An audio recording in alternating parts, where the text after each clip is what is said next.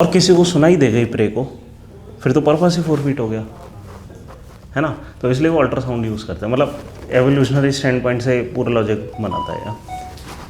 और इसलिए हम भी अल्ट्रासाउंड यूज़ करते हैं कोई भी चीज़ डिटेक्ट करने के लिए, क्योंकि हम ये नहीं चाह रहे कि हम जिस साउंड का यूज़ करें चीज़ों को डिटेक्ट करने के लिए, सोनार वगैरह का मान लो यूज़ कर रहे हैं, है ना, वो नॉइज़ हमें, जो वो नॉइज़ हमें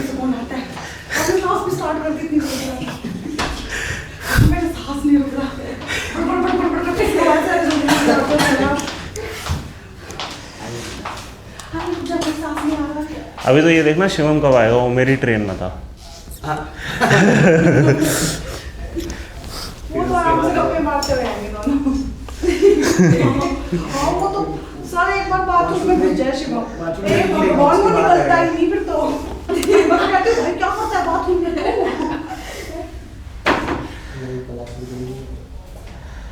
लाइट तो क्या होगा, बाहर की तो बता रही है कौन सा मैंने ढंग के साथ कर दिया भाई। देखते आते हैं ना मेट्रो में लेट हो जाते हैं।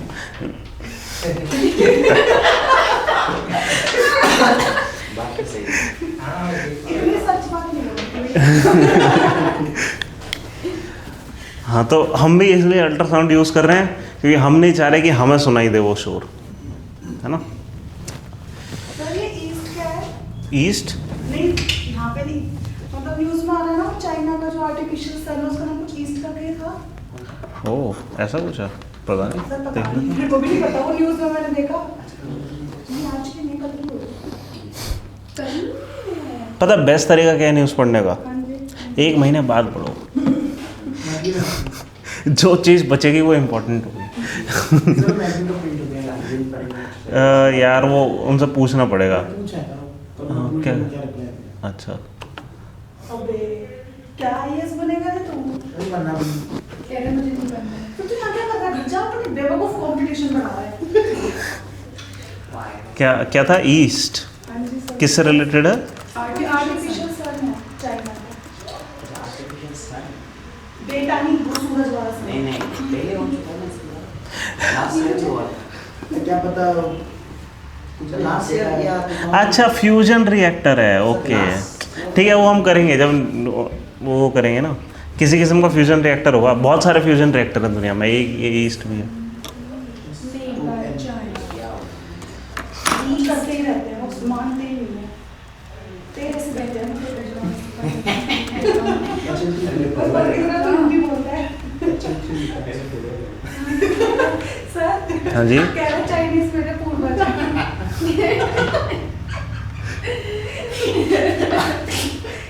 अरे अच्छा ठीक है, हाँ मैंने नोट कर रखा है, नोट्स में जो आपको दूंगा ना न्यूक्लियर टेक्नोलॉजीज में, उसमें होगा, उसमें एक ही लाइन दे रखा है, एक्सपेरिमेंटल है experimental advance super conducting tokamak. Tokamak एक टाइप का रिएक्टर होता है जो फ्यूजन रिएक्शन करता है। हम ये जानते हैं कि सन हाइड्रोजन को फ्यूज करके खूब सारी एनर्जी दे रहा है, हम फ्यूजन बहुत टाइम से अचीव करना चाह रहे हैं, उसमें 4-5 किस्म की टेक्नोलॉजीज आती हैं, उनमें से एक है टोकामैक, ठीक है। तो ये एक्सपेरिमेंटल टोकामैक है, बस और कुछ नहीं है। हम टोकामैक पढ़ेंगे क्या होता है जब हम ये न्यूक्लियर टेक्नोलॉजीज करेंगे, ठीक है। अजीब बात है, मैं गूगल पे जाने की जगह अपने नोट्स पर जाता हूँ जब भी मेरे को कोई कन्फ्यूजन होता है, ठीक है। हम क्या कर रहे थे, हाँ हमें अल्ट्रासाउंड करना है, साउंड से रिलेटेड और कुछ रह गया? कल नोट्स आ गए थे ना आपके उस पर साउंड तक के, कल क्लास के बीच में ही आया था आई थिंक, मेरे को ऐसा बोला। रिवर्बेशन या रिवर्ब से लेके कोई करना। हाँ हाँ हाँ, हमें यही करना है, हाँ उसमें है ना नोट्स में, एक बार चेक करो, आ गए हैं क्या, है ना। हाँ इसमें देखो रिफ्लेक्शन एंड साउंड पे जाना है हमें, हमने सारी चीज़ कर ली, सिर्फ एप्लीकेशन पार्ट नहीं करा है अभी तक।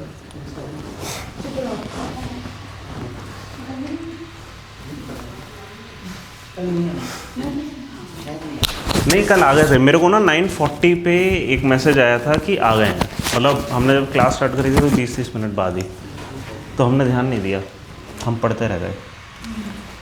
चलो, तो रिफ्लेक्शन ऑन साउंड से रिलेटेड वहाँ पे इको लिखा हुआ है। इको तो आपको पता ही है, कोई भी चीज़ से टकरा कर वापस आती है आवाज़, ठीक है। अगर वो डिस्टेंस बहुत ज़्यादा दूर है उसको हम क्या कहते हैं, इको, ठीक है। अगर वो डिस्टेंस बहुत ज़्यादा दूर नहीं है, पास में है, तो उसको कहते हैं रिवर्बरेशन। जैसे यहाँ पे मेरी भी आवाज़ हल्की सी गूंज रही है, ये इको नहीं है, ये रिवर्बरेशन है ना, हल्का सा, बहुत हल्की सी गूंज। सर कौन सी पेज पे?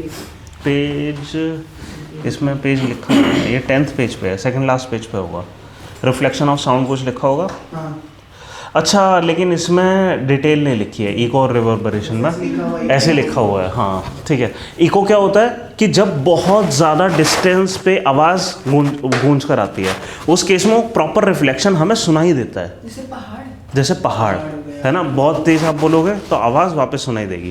ठीक है, कोई किसी टनल में किसी ने अगर ब्लास्ट कर दिया, ठीक है, वो ब्लास्ट की मतलब साउंड की स्पीड से वो ब्लास्ट की साउंड जाएगी, कहीं से टकरा कर फिर वापस आएगी, है ना। तो ये क्या हो गया, ये हो गया इको। लेकिन रिवर्बरेशन क्या है कि यही रिफ्लेक्शन अगर बहुत कम टाइम में हो रहा है, अब कम टाइम में क्या हो रहा है कि आपको एक्चुअली पता भी नहीं लगेगा। ये इसको क्लियर ऑन कर देते हैं कि जैसे हमारा ये वो है, मान लो रूम, ठीक है, हम यहाँ पर खड़े हैं, ठीक है, और सीलिंग से ही रिफ्लेक्ट होकर कुछ सुनाई दे रहा है, कुछ डायरेक्टली सुनाई दे रहा है, कुछ ऐसा सुनाई दे रहा है ना। तो जो कुछ भी बोला जा रहा है वो थोड़ी देर तक रहता है, परसिस्ट करता है, ये चीज़ है रिवर्बरेशन, बस सिंपल। क्यों, आपको शॉर्टेस्ट डिस्टेंस जो है ये सबसे पहली आवाज़ सुनाई दी और कुछ मल्टीपल रिफ्लेक्शन के बाद सुनाई दी, तब जाकर साउंड की पूरी एनर्जी डिसिपेट हुई, ख़त्म हुई, है ना। तब तक आपको जो कुछ सुनाई दी है वो क्या है, रिवर्बरेशन है। ठीक है, अब इन दोनों डिज़ाइन कॉन्सेप्ट्स को यूज़ करके अक्सर कॉन्सर्ट हॉल बनाए जाते हैं कि हम चाहते हैं कि थोड़ी सी गूंज रहे, क्योंकि अगर आवाज़ उसी समय जब ख़त्म हो जाती है ना, तो ऐसा होता है कि एकदम साइलेंस और एकदम से आवाज़ आ रही है, वो कानों को बहुत इरिटेटिंग लगती है। कभी आपने सुना है कि एकदम ही साइलेंट एटमॉस्फेयर में जब आप मान लो कोई वीडियो वगैरह चला रहे हो या गाना सुन रहे हो या इनफैक्ट वीडियो चला रहे हो जिसमें बैकग्राउंड म्यूज़िक नहीं है ना, तो वो साउंड बहुत हार्श सुनाई देती है कानों को, क्योंकि वो एकदम से ठक ठक आवाज़ आती है, आपको कम करनी पड़ती है वो आवाज़। लेकिन उसी वीडियो में अगर पीछे बैकग्राउंड म्यूज़िक होगा वो आप सुन पाएंगे, है ना। वो ऐसा क्यों होता है, क्योंकि हमारे जो न्यूरॉन्स है ना, सुपर सेंसिटिव होने की कोशिश करते हैं जब बहुत कम आवाज़ आ रही होती है। ठीक है, अब वो सुपर सेंसिटिव हो चुके हैं और उसमें आपने एकदम से पोक कर दी आवाज़, है ना, तो वो दर्द करते हैं। ठीक है, इसलिए तो इस चीज़ का हम जब कॉन्सर्ट हॉल्स वगैरह डिज़ाइन करते हैं उसमें यूज़ करते हैं। कैसे कि इस तरीके से उनकी छतें डिज़ाइन होंगी कि जो साउंड है वो ऊपर से यहाँ आकर और यहाँ आकर इतना ही रिवर्ब करें कि वो इको जैसा ना लगे, दो अलग साउंड ना सुनाई दें, बहुत ज़्यादा गूंज अच्छी नहीं लगती, ठीक है, लेकिन थोड़ी देर तक परसिस्ट करे साउंड, वो अच्छा है ना। तो इसी तरीके से कॉन्सर्ट हॉल डिज़ाइन करे जाते हैं, मल्टीपल रिफ्लेक्शन के साथ आए, चारों तरफ से थोड़ा सा गूंज रखकर। ठीक है, क्या एकोस्टिक पैनल्स वगैरह यूज़ करते हैं इन सारी चीज़ों को एडजस्ट करने के लिए। ठीक है, फिर इसके अलावा हमारे पास जो साउंड के रिफ्लेक्शन को यूज़ करने वाली कुछ चीज़ें हैं, जैसे हमारे पास ये डिवाइसेस होते हैं, जैसे पुराने वाले वो देखे होंगे ना मेगाफोन्स, है ना, वो काम कैसे करते हैं कि हम इस तरीके से मेगाफोन्स होते हैं, ठीक है, और हम करने की क्या कोशिश करते हैं कि यहाँ पे जो साउंड होती है वो हम कोशिश करते हैं कि मल्टीपल रिफ्लेक्शंस यूज़ हों या सिंगल रिफ्लेक्शन जैसे भी है, हम कोशिश करते हैं कि जो साउंड वेव है चारों तरफ फैलने की जगह लगभग पैरेलल जाए। आप समझ रहे हैं कि बहुत ज़्यादा फैले नहीं, है ना, इसलिए हम रिफ्लेक्शंस का यूज़ करते हैं उसमें। तो कभी भी आप मेगाफोन में देखना, उसके पीछे आप खड़े हो गए, उतनी आवाज़ नहीं सुनाई देगी, आगे ठीक ठाक आवाज़ सुनाई देती है। हम क्या करने की कोशिश करते हैं, मेगाफोन्स की मदद से उसका एक बीम बनाने, साउंड का बीम बनाने की कोशिश करते हैं। साउंड का बीम बनाना बहुत मुश्किल है, क्यों, क्योंकि बहुत आसानी से साउंड कॉर्नर से मुड़ जाती है, वो लॉस ऑफ रिफ्लेक्शन यूज़ करेगी लेकिन फिर भी आसानी से साउंड मुड़ जाएगी। अच्छा, कोई प्रगति मैदान गया है आज तक? नहीं। प्रगति मैदान में ना एक बढ़िया मस्त सा apparatus उन्होंने बना रखा है, हॉल के एक साइड में यहाँ पे एक मिरर रखा हुआ है, शाइनी सा प्लास्टिक का मिरर, ठीक है, प्लास्टिक का मिरर क्या होता है, वो खाली साउंड के लिए एक मिरर है, लाइट के लिए मिरर नहीं है। ठीक है, देखा था क्या था, कुछ सर्कल टाइप बना हुआ है, उसके बीच में कुछ बोलो, दीवार उधर दूसरी दीवार पे घुमा कर सुनाई देता है। तो हम क्या करते हैं कि यहाँ ना लॉज ऑफ रिफ्लेक्शन जो लाइट वाले होते हैं एग्जैक्टली काम करते हैं, एकदम एग्जैक्ट सेंस में, कि ये कर्वेज यहाँ पे कहीं फोकस आएगा इसका, ठीक है, फोकस यहाँ नहीं आएगा, यहाँ आएगा centre of curvature. Centre of curvature मतलब जिसको हम सेंटर बनाकर यहाँ एक गोला खींचते हैं, है ना, वो सेंटर ऑफ कर्वेचर होता है। वहाँ से मिरर का जो डिस्टेंस होता है उसका बीच में आप जो पॉइंट लोगे उसको कहते हैं हम फोकस। यहाँ पे उन्होंने एक गोला सा बना रखा होता है जो कि यहाँ वायर से ऐसे करके अटैच होता है। यहाँ आप जाकर खड़े होकर यूँ कुछ बोलो, ठीक है, और एग्जैक्टली सेम मिरर हॉल की दूसरी साइड यहाँ होगा, ठीक है। और यहाँ पे कोई बंदा यूँ कान लगाए, यहाँ पे कोई अगर विस्पर भी करता है ना, काम किसे करता है? क्योंकि हमने किसी तरीके से साउंड की बीमिंग कर दी, बीम पैरेलल कर दिया। वरना क्या है, साउंड हम बोल रहे हैं चारों तरफ डिसिपेट हो रहा है ना, हमने क्या करा, उन सबको कंसंट्रेट करके ये जो बंदा यहाँ से बोलेगा वो ही सीधे जाएगा, यहाँ से बोलेगा वो सीधे जाएगा। हमने इस पूरी चीज़ का एक बीम बना दिया, साउंड का एक बीम बना दिया। अब ये बीम जा रहा है, वरना क्या होता, अगर यूँ खड़े होकर बोलते चारों तरफ जाता। हम यूँ खड़े होकर बोले हैं, इसका बीम हुआ और ये एक बीम गया, और यहाँ पे किसी ने अगर कान लगा रखा अपना, हल्की सी विस्पर भी सुनाई देती है, ठीक है। मतलब पूरे भरे हुए हॉल में लोग क्या कर सकते हैं, यहाँ पे विस्पर्स में बातें कर सकते हैं दो अपोजिट साइड में, ठीक है। तो मेगाफोन्स क्या कर रहे हैं, इसकी बीमिंग कर रहे हैं, ठीक है। ऐसा नहीं है कि ये किसी तरीके से साउंड बढ़ा दे रहे हैं, ठीक है। एम्पलीफिकेशन का भी काम करते हैं कुछ मेगाफोन्स, ठीक है, बट ये एम्पलीफायर नहीं होता जो स्टैंडर्ड मेगाफोन होता है, वो सिर्फ रिफ्लेक्शन का काम करता है। अगर आपने उसका बटन ऑन कर रखा है, एम्पलीफिकेशन का काम करेगा, बटन ऑफ भी है और उसके थ्रू आप बोल रहे हैं तो भी बीमिंग हो जाएगी। ऐसा लगेगा जैसे ज़्यादा आवाज़ आ रही है। कोई यूँ करके चिल्लाता है, क्यों? क्योंकि हम जानते हैं, मतलब हमें ये नेचुरल इंस्टिंक्ट है हमारे पास, हमें नहीं पता ऐसा क्यों हो रहा है, लेकिन हो क्या रहा है एक्चुअली कि हम जो भी बोल रहे हैं उसकी बीमिंग हो रही है, तो एक डायरेक्शन में ज़्यादा आवाज़ आ रही है, सारी एनर्जी यूँ डिसिपेट होने की जगह एक जगह जा रही है ना। तो मेगाफोन्स, लाउड स्पीकर, हॉर्न्स वगैरह में ये यूज़ होता है। फिर स्टेथोस्कोप। स्टेथोस्कोप किस तरह काम करता है, कुछ आइडिया? स्टेथोस्कोप क्या होता है ये तो पता है? ईयरफोन जैसा जो होता है। हाँ, ईयरफोन जैसा होता है, डॉक्टर यूज़ करते हैं, है ना। हार्ट बीट और हाँ, और उसमें क्या होता है कि एक ना डायल होता है, इन सबको ज़रा हटाने की कोशिश करते हैं, ये सब मज़ा नहीं आया। हो गया महीना भर। बता के भी नहीं दिया, खुद घर जा रहे बदतमीज। पिछली बार लेके गया था कोई एडमिट हो गया। कपड़ा मार दूंगा तेरा इंटरनेट पॉइंट बोलेगा इनसे पैंट फेंक के मार दूंगी।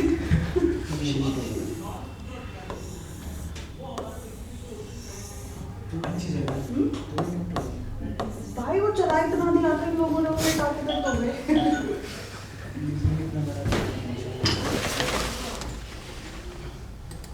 कोई चैट करना चाह रहा है? चलना है, बहुत इतना बड़ा नहीं है। पता नहीं क्या है। हाँ देखो, स्टेथोस्कोप में क्या होता है कि ये जो चेस्ट पीस होता है इसको हम कहते हैं चेस्ट पीस, ठीक है। ज़रूरी नहीं हम चेस्ट पे ही लगाएं, हम यहाँ पे भी लगा लेते हैं, पीछे भी लगा लेते हैं, बस नाम के लिए चेस्ट पीस है। अब इस पे यहाँ पर होता है एक प्लास्टिक का डायफ्राम, ठीक है। किसी किस्म की मेम्ब्रेन का हमने डायफ्राम यूज़ करा है। अब ये डायफ्राम क्या कर रहा है कि इतनी सी आवाज़ लेने की जगह इतने बड़े डायल पे वाइब्रेशंस रजिस्टर कर रहा है, ठीक है। अब इतने बड़े डायल पे आप वाइब्रेशन, और ये एक सील्ड ट्यूब है, ठीक है। जो भी यहाँ पर आवाज़ आएगी, हम करना क्या चाह रहे हैं, आवाज़ का एम्पलीफिकेशन करना चाह रहे हैं। यूँ मतलब सीने पे यूँ हाथ लगाओगे आप, वो कान लगाओगे, आपको उतनी धड़कन नहीं सुनाई देगी, इस पर सुनाई देगी। क्यों सुनाई देगी? और इसमें कोई बिजली नहीं है, कुछ नहीं है, सिंपल हम साउंड की प्रॉपर्टीज़ का यूज़ कर रहे हैं। कैसे कि इतने बड़े डायफ्राम को अगर आप वाइब्रेट करोगे, है ना, तो हो क्या रहा है, इस तरह सोचो कि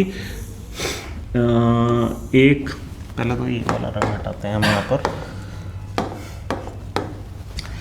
कि एक इस टाइप का एपरेटस है, ठीक है। यहाँ पे अगर आपने 1 सेंटीमीटर भी पानी नीचे करा, इतना ज़्यादा वॉल्यूम है पानी का, वो यहाँ पे जो हाइट है पानी की बहुत तेज़ी से बढ़ा देगा, है ना। क्यों? हमने इतने बड़े एरिया में ये वाइब्रेशन करी, और यहाँ पे वाइब्रेशन बहुत बड़ी दिखाई देगी फिर। क्यों? अच्छा खासा वॉल्यूम ऑफ वाटर है जो यहाँ जा रहा है, ठीक है। ऐसा ही कुछ यहाँ स्टेथोस्कोप में हो रहा है। क्या हो रहा है कि इतना हमने ये स्टेथोस्कोप का एक जो डायल है वो अच्छा खासा बड़ा ले रखा है और यहाँ पे एक डायफ्राम ले रखा है। जब ये आगे पीछे होगा, इतना बड़ा वॉल्यूम ऑफ एयर, इतनी बड़ी वॉल्यूम ऑफ एयर इस पाइप के थ्रू आगे पीछे होगी, वो वाइब्रेशंस आगे पीछे होंगी, ठीक है। वो वाइब्रेशंस आपको सुनाई दे रही हैं। यहाँ पे दो प्रॉपर्टी काम कर रही है। एक तो एयर इनकम्प्रेसिबल है, जिसकी वजह से वो जो वाइब्रेशन है हम नैरो डाउन कर रहे हैं एक छोटे से एरिया में, ठीक है, और वो हमें यहाँ पे सुनाई दे रही है। और दूसरी चीज़ यहाँ पे हो रही है मल्टीपल रिफ्लेक्शन। अंदर की जो ट्यूब है प्योरली शाइनी होती है, और ट्यूब का शाइनी होने की वजह से ये जो आवाज़ है ना, एक और चीज़ हो सकती है क्या, अगर मान लो ये चीज़ रफ होती तो मल्टीपल रिफ्लेक्शन के बाद अंदर कुछ आवाज़ तो आती लेकिन वो क्लियर नहीं आती, ठीक है। एक आवाज़ आना एक चीज़ होती है, उसका क्लियर आना दूसरी चीज़ है, ठीक है। क्लियर क्यों आ रही है? क्योंकि अंदर है शाइनी सरफेस। तो जो भी आवाज़ यहाँ से जा रही है वो मल्टीपल रिफ्लेक्शंस के बाद और फिर आपको सुनाई दे रही है, ठीक है। तो स्टेथोस्कोप बहुत क्लेवरली यूज़ कर लेता है इस प्रॉपर्टी का, साउंड का, रिफ्लेक्शन का, ठीक है। चलो अब आते हैं हम अल्ट्रासाउंड पे। अल्ट्रासाउंड क्या होता है? कोई भी साउंड जो 20,000 हर्ट्ज से ऊपर की है वो अल्ट्रासाउंड हो गया, राइट। लिख लो। कल हमने आई थिंक डिस्कस भी करता अल्ट्रासाउंड हल्का फुल्का। ह्यूमन रेंज क्या होती है साउंड की? 20 to 20,000 है ना। 20 हर्ट्ज से नीचे को हम कहते हैं इंफ्रासाउंड, उसको 20,000 हर्ट्ज के ऊपर को कहते हैं हम अल्ट्रासाउंड। सिंपल। वो तो हमारे साउंड, ऑडिबल साउंड है ना जो हम सुन पा रहे हैं।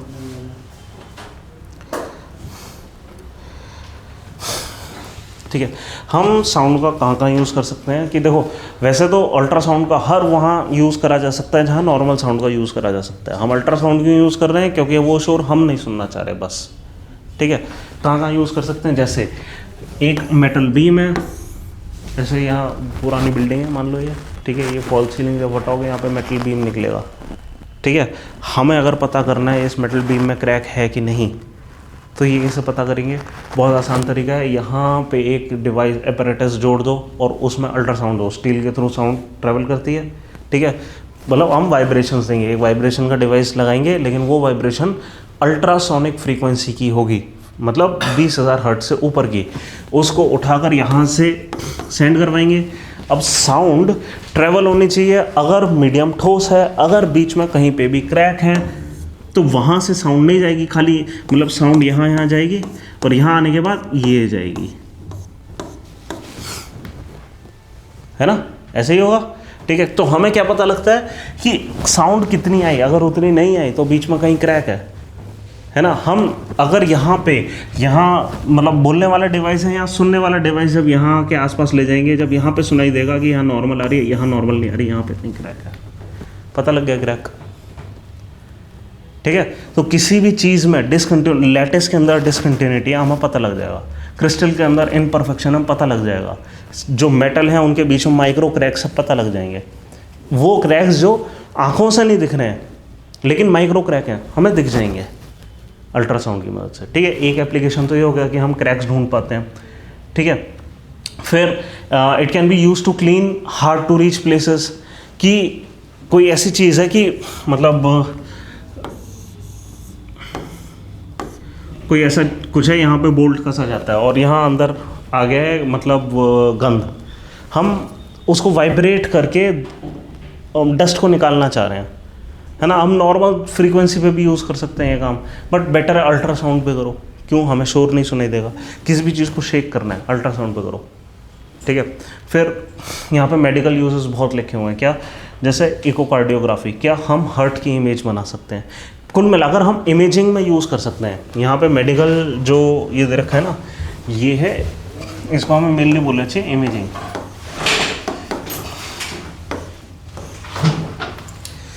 इसको गुड मॉर्निंग, ऐसा कैसे हो सकता है कि हम दोनों एक गिट में,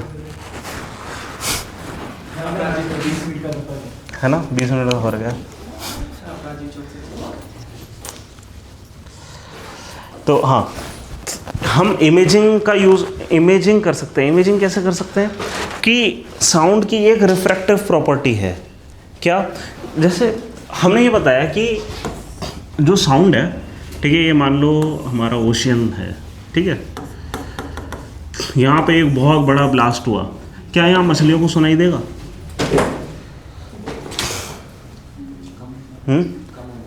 कम ऑन। हाँ, क्यों? क्योंकि ये जो ब्लास्ट हुआ है ये इस यहाँ पे जाने के बाद यहाँ पे भी जाएगा, ठीक है। वो बात अलग है कि डेंसिटी अलग है, स्पीड अलग हो जाएगी, रिफ्रैक्शन के कुछ लॉज काम करेंगे, ठीक है, वो सारी चीज़ ठीक है, लेकिन सुनाई देगा मछलियों को। हाँ, पता नहीं मेरे को, एक बार देखना चाहिए, मैंने नोट करा क्या? नो आइडिया, एक सेकेंड। हाँ नहीं होगा, वाटर ना, एयर हीलियम वाटर, हाँ 1402। मैं ऐसा करता हूँ, ये नोट्स में भी डाल देता हूँ, ये ग्रुप में इसका स्क्रीनशॉट भेजते हैं। ये 11th क्लास की फिजिक्स की किताब से हमने उठा रहे हैं। 1402 मीटर पर सेकेंड। 1480 लिखा है कहाँ पर? हाँ 20 डिग्री सेल्सियस पे, मैं 0 डिग्री सेल्सियस बता रहा हूँ। टेम्परेचर के हिसाब से भी चेंज होगा। अच्छा, टेम्परेचर बढ़ेगा तो घटना चाहिए या बढ़ना चाहिए? स्पीड साउंड का, किसी भी चीज़ का हम टेम्परेचर बढ़ा रहे हैं, बढ़नी चाहिए। ऐसा क्यों है? हाँ, क्योंकि प्रेशर हो जाएगा, वो और ज़्यादा स्प्रिंगीनेस हो गई है ना। अब इसलिए ऐसा है कि जैसे जैसे आप ऊपर जाओगे रेयर हो जाती है, इसलिए स्पीड घट जाती है, ठीक है। ठीक है, ये कुछ स्पीड्स हैं, ये आपके व्हाट्सएप ग्रुप पर आई है इमेज, ठीक है। जैसे एयर है 330 मीटर पर सेकेंड 0 डिग्री सेल्सियस पे होती है एयर की, 20 डिग्री सेल्सियस पे 343 है ना, तो 330 340 कुछ भी आप ले सकते हो।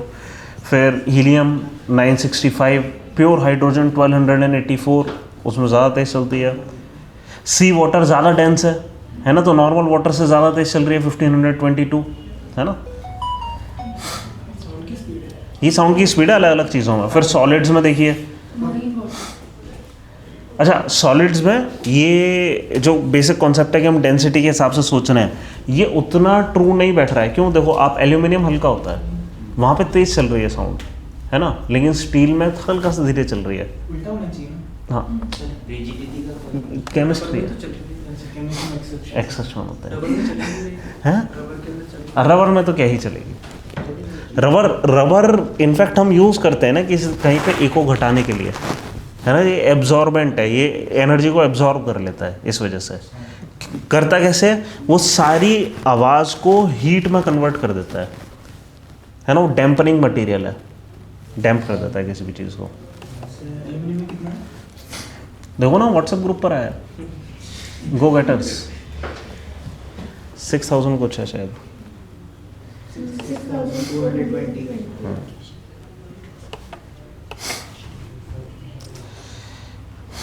ठीक है,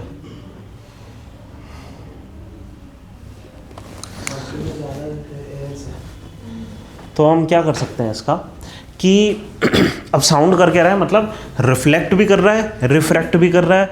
हमारी बॉडी के अंदर अगर हमने अल्ट्रासाउंड भेजी है तो हम क्या कर सकते हैं उसकी मदद से, किस तरीके से वो रिफ्रैक्ट हुई है।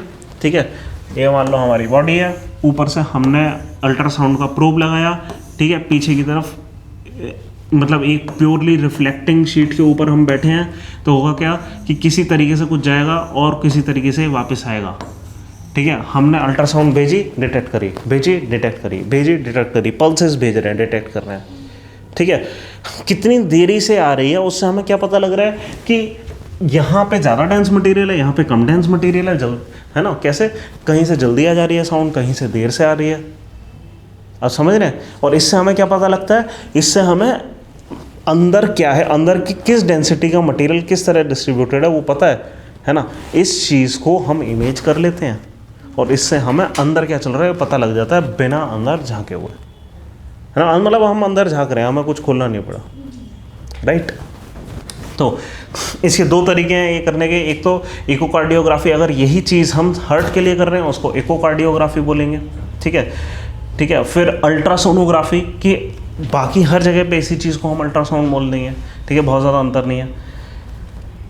और अल्ट्रासाउंड किस चीज़ के लिए? लेवर, गॉल ब्लैडर, यूट्रस, किडनी, ठीक है। इमेज क्रिएट कर देते हम किसी भी चीज़ का इमेज क्रिएट कर सकते हैं। हम इमेज क्या है, एक्चुअली ये इमेज नहीं है। ऐसा तो देखो, रेडियो वेव, आपने वो देखा होगा ना, फिजिक्स की किताब में एक बना होता है, इसको कहते हैं हमारा बैकग्राउंड रेडिएशन, जो है रेडियो फ्रीक्वेंसी का background radiation, just after the universe was born, cosmic background radiation. ये रेडियो वेव में है। रेडियो वेव हमें कौन सा सुनाई देती है, बट हमने उसकी इमेज बनाई है। हमने क्यों करा, हमने कैसे करा ये काम?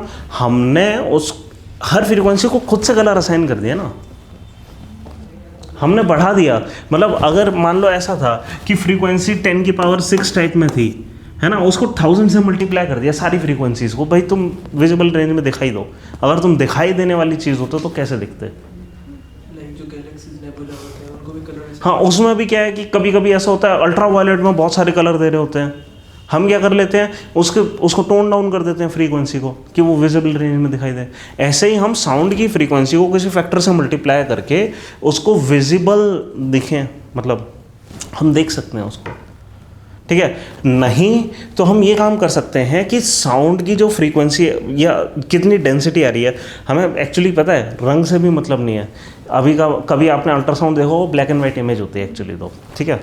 हम चाहते तो वो काम कर सकते थे फ्रीक्वेंसी से, हम फ्रीक्वेंसी भी नहीं कर रहे हैं। हम कर क्या रहे हैं, उसी फ्रीक्वेंसी से गई, उसी फ्रीक्वेंसी से आई। हमें तो बस ये है कि कुछ कहीं पे वापस सुनाई दी साउंड, कहीं पे नहीं सुनाई दी। जहाँ पे सुनाई दी हमने वाइट दे दिया, जहाँ पे नहीं सुनाई दी ब्लैक दे दिया। हम तो खाली उसका एम्पलीट्यूड देख रहे हैं एक्चुअली। वैसे तो उसी से इमेज पता लग गई, है ना, हम फ्रीक्वेंसी पे भी नहीं जाना पड़ा, है ना। हम क्या है कि रिकन्स्ट्रक्ट करते हैं, हमें तो खाली डेटा मिलता है।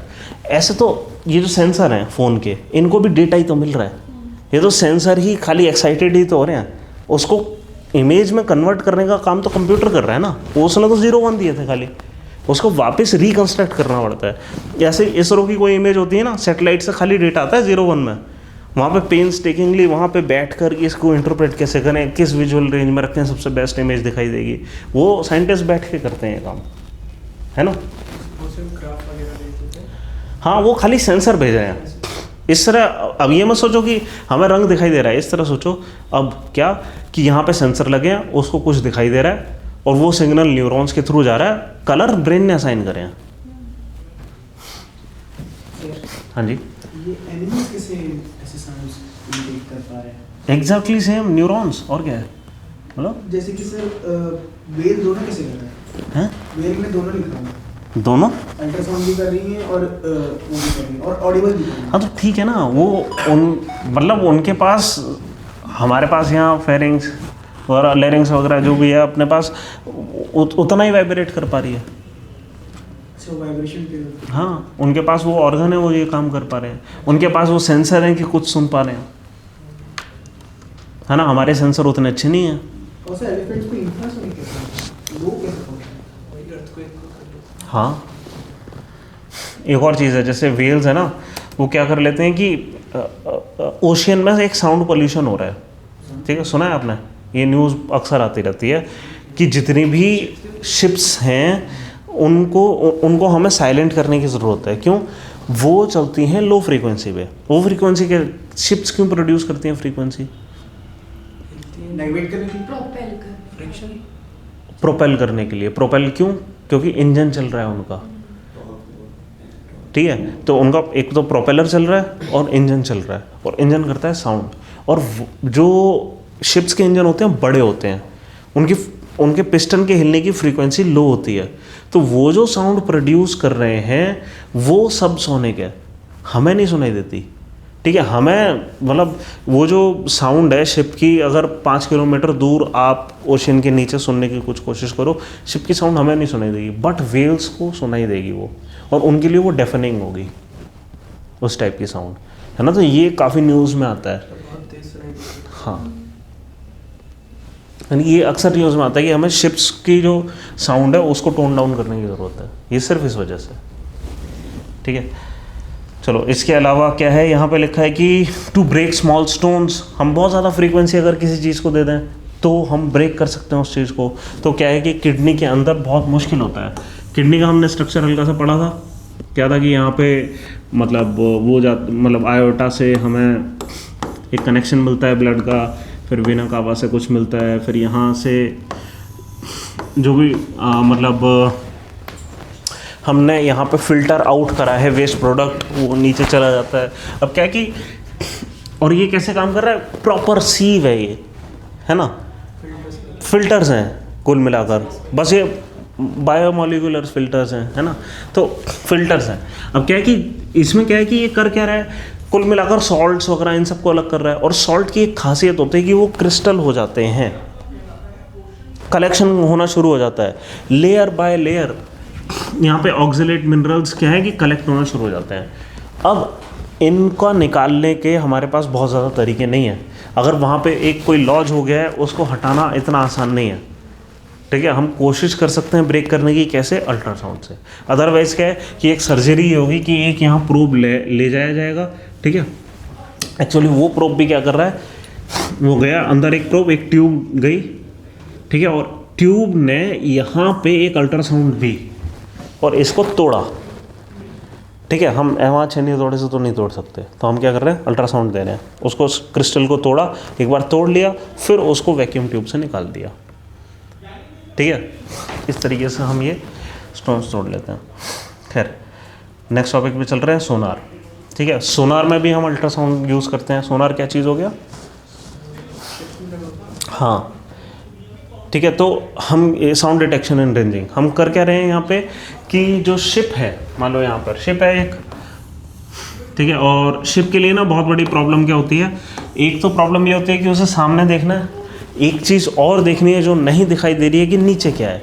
ये भी हो सकता है कि एक नए वाटर में यहाँ बड़ा सा बोल्डर हो और शिप ऑब्वियसली थोड़ा सा नीचे होकर चलती है और यहाँ से टकरा गई, ठीक है, नुकसान हो जाएगा। तो उनको लगातार पता रखना होता है कि वो कितना, मतलब बेस से कितना ऊपर है, ठीक है, कहीं सी फ्लोर ना आ जाए, ठीक है। कई जगहों पे हम सोनार और ज़्यादा एक्सटेंसिव यूज़ करते हैं, जैसे मिलिट्री वगैरह में, ये डिटेक्ट करने के लिए नीचे से कोई सबमरीन तो पास नहीं हो रही है, ठीक है। या फिर किसी केस में हम इसलिए भी यूज़ कर सकते हैं कि हमें ये पता लगे कि वहाँ सी फ्लोर पे एक्चुअली है क्या, ठीक है। हम कर क्या रहे हैं कि हम साउंड भेज रहे हैं और रिफ्लेक्ट होकर आ रही है, और किस तरीके से रिफ्लेक्ट होकर आ रही है, कितनी जल्दी आ रही है, उस समय ये पता लग रहा है कि डेप्थ ऊपर हो गई है नीचे हो गई, सिंपल, है ना। तो ये हो गया हमारा सोनार। और किस चीज़ का यूज़ करेंगे हम यहाँ पे, स्पीड ऑफ साउंड का, है ना। स्पीड ऑफ साउंड क्या थी वाटर में, 1420 वाटर 14 कितना 80 20 डिग्री सेल्सियस पे 1, हाँ, ठीक है। इसके अलावा स्ट्रक्चर ऑफ ह्यूमन ईयर आपके नोट्स में दिया है, ईयर एक बार देख लो notes, structure of human ear, ठीक है। एक आउटर ईयर का हिस्सा होता है, यहाँ पे कुल मिलाकर एक सिर्फ कोई मतलब पिन्ना की बस एक शेप होती है, बस इतना काम कर लेता है कि वो मल्टीपल रिफ्लेक्शंस के साथ अंदर कंसंट्रेट करके आवाज़ को भेज दे, ठीक है। जो सारा कारनामा होता है वो मिडिल ईयर में होता है, यहाँ पे वाइब्रेशंस डिटेक्ट करने के लिए और उसको एम्पलीफाई करने के लिए हमारे पास 3 चीज़ें होती हैं, ठीक है। एक पहली बात तो ईयर ड्रम पे ये वाइब्रेशंस रजिस्टर होंगी, तो ईयर ड्रम वाइब्रेट होगा। अब ईयर ड्रम के साथ 3 बोन्स कनेक्टेड हैं, ठीक है, जिसको हम हैमर एनविल स्टिरअप कह रहे हैं, है ना। तो ये जो बोन्स हैं ये पूरा एक लीवर मैकेनिज्म टाइप का कुछ बना रहे हैं, है ना, कि इस चीज़ को अगर आप हिलाओगे, ठीक है, एक ऐसा सेटअप है कि हमारा ये ईयर ड्रम था, ठीक है, और ऐसा कुछ है। अगर इस चीज़ को हम हिलाएंगे तो ये चीज़ और ज़्यादा हिलेगी, है ना। तो ये एक अच्छा तरीका हो सकता है कि हम किसी तरीके से साउंड को एम्पलीफाई कर दें। एम्पलीफिकेशन का मतलब क्या है, हम क्या कहते हैं, डेविएशन फ्रॉम द मीन हम बढ़ा रहे हैं, है ना। यहाँ पे वाइब्रेशन थोड़ी आई, हमने उसको बढ़ा दिया, ठीक है, और इसको रजिस्टर कराया न्यूरॉन्स से, ठीक है। तो मिडिल ईयर में क्या हो रहा है कि हैमर एनविल स्टिरअप एक इस टाइप का मैकेनिज्म कुछ बना रहे हैं जहाँ पे हमें एम्पलीफिकेशन मिल रही है इन तीनों की वजह से साउंड की, ठीक है। स्नेल क्या, ऑर्गन्स ऑफ बैलेंस, जो गोल गोल, अच्छा, हाँ हाँ हाँ हाँ, ये वेस्टिबुलर सिस्टम होता है हमारा और वो ना फ्लूइड उसके अंदर कुछ फ्लूइड होता है और वो किस तरीके से जा रहा है, इससे हमें ये पता लगता है कि मतलब एक ब्रेन को सेंस मिलता है कि हमारी पोजीशन इस समय क्या है, ग्रेविटी किस डायरेक्शन में है, वो सेंस हमें मिल पाता है। हाँ, जायरोस्कोप की तरह काम कर रहा है, बट जायरोस्कोप नहीं है। नहीं, वो यही रहता है। नहीं, ड्रम तक जाता होगा ना।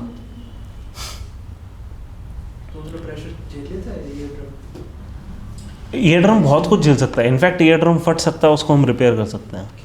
कैसे रिपेयर होगा सर? हाँ, मतलब जैसे हमारे बाकी सेल्स हील करते हैं ना, वैसे ही है, बायोलॉजिकली तो है इन नेचर। नहीं, हील करेगा वो। मतलब हम करते क्या है, ऐसा तो हम स्टिच भी कर देते हैं, वो खुद ही हील करता है। हम तो खाली इन्वायरमेंट देते हैं कि किसी तरीके से वो इन्फेक्ट ना हो जाए, कुछ ना हो जाए, और उसको पकड़ कर रखें, हम स्टिच करके रख देते हैं, बस इतना ही कर सकते हैं। सर ये फिर कोई लोग डेफ कैसे हो जाते हैं? कहते हैं कान फट गया, ज़्यादा सुन लिया था, तेज तो कान फट गया। हाँ, पर्दा, हाँ, वो ईयर ड्रम ही फट गया। ये भी तो हो सकता है कि उसके पीछे मिडिल ईयर में बोन्स खराब हो गई हों, उसको थोड़ी ठीक कर सकते हैं। चलो ठीक है, इसके बाद आता है इनर ईयर। ठीक है, यहाँ पे ऑडिटरी नर्व्स, ये जो चीज़ें हैं, ये सारी चीज़ें इलेक्ट्रिकल सिग्नल में कन्वर्ट होती हैं कॉक्लिया से, और कॉक्लिया ने जब इलेक्ट्रिकल सिग्नल में कन्वर्ट कर दिया, इलेक्ट्रिकल सिग्नल नर्व्स के थ्रू आगे चले जाएंगे, बस और कुछ है नहीं। हाँ, वेस्टिबुलर सिस्टम है हमारे पास इनर ईयर में, है ना, बस और कुछ है यहाँ पर, बस इतना ही है। आगे चलते हैं। हाँ, यहाँ पे नोट कर लेना चाहिए, स्मॉलेस्ट बोन है, मैंने नोट नहीं कर रखा और इसलिए शायद मेरे को याद नहीं था। नोट,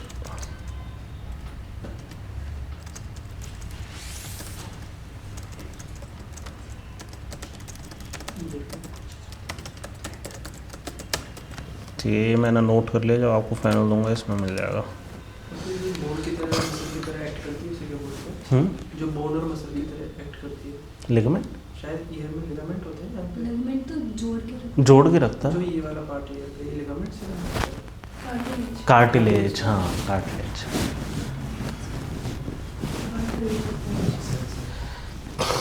चलो, अब हम आते हैं लाइट पर, नया टॉपिक डालते हैं।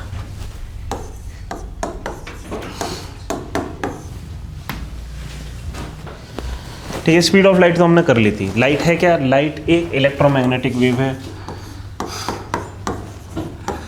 और ये जो ये था हमारा, कितना हम समझ चुके हैं, हम वो लिख लेते हैं अभी तक, RMIVOX, है ना, हमने ये करा था। यहाँ पे ये जो V है, ये है विजुअल, ठीक है, और ये इंक्रीजिंग एनर्जी थी, राइट, है ना।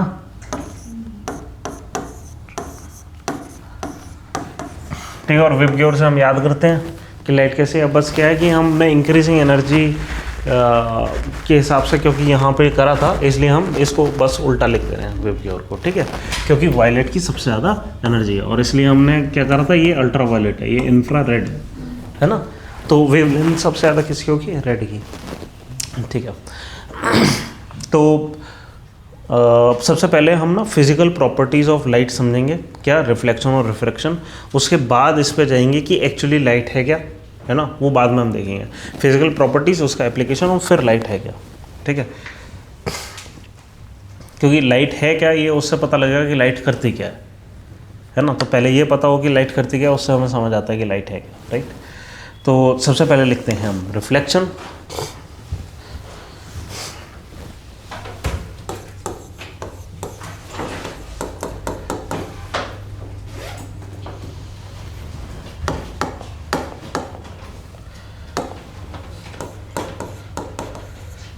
दो लॉज ऑफ रिफ्लेक्शन है हमारे पास, ठीक है। सबसे पहला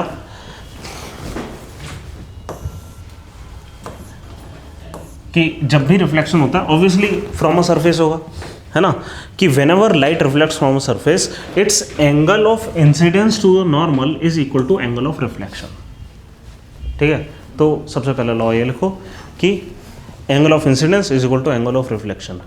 ठीक है, मैंने जो स्टेटमेंट है उसको छोटा कर दिया बस।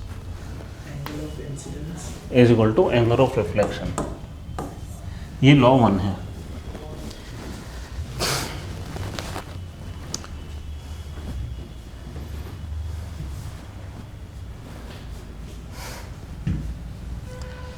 ठीक है, इसको हम इंसिडेंट रे बोलते हैं, इसको हम रिफ्लेक्टेड रे बोलते हैं, इसको हम नॉर्मल बोलते हैं, ये नॉर्मल है। ठीक है, और इसको प्लेन ऑफ रिफ्लेक्शन बोलते हैं। ठीक है, और सेकंड लॉ ये है, ये चारों चीज़ें plane of reflection, incident ray, reflected ray और normal all lie in the same plane. ठीक है, सेकंड लिखो, सेकंड लॉ है कि the incident ray comma reflected ray comma normal to the mirror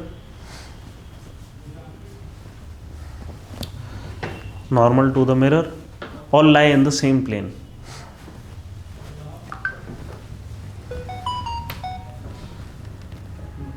light 2 dimension में काम करती है। हैं जी, लाइट 2 डायमेंशन में काम करती है। हाँ 2 डायमेंशन नहीं, 2 डायमेंशन में काम कर रही है।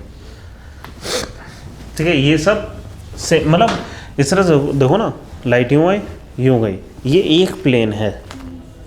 ठीक है, आप मतलब इस चीज़ को यूँ अगर बाहर भी निकाल दो, ठीक है, तो भी यूँ जा रही है ना।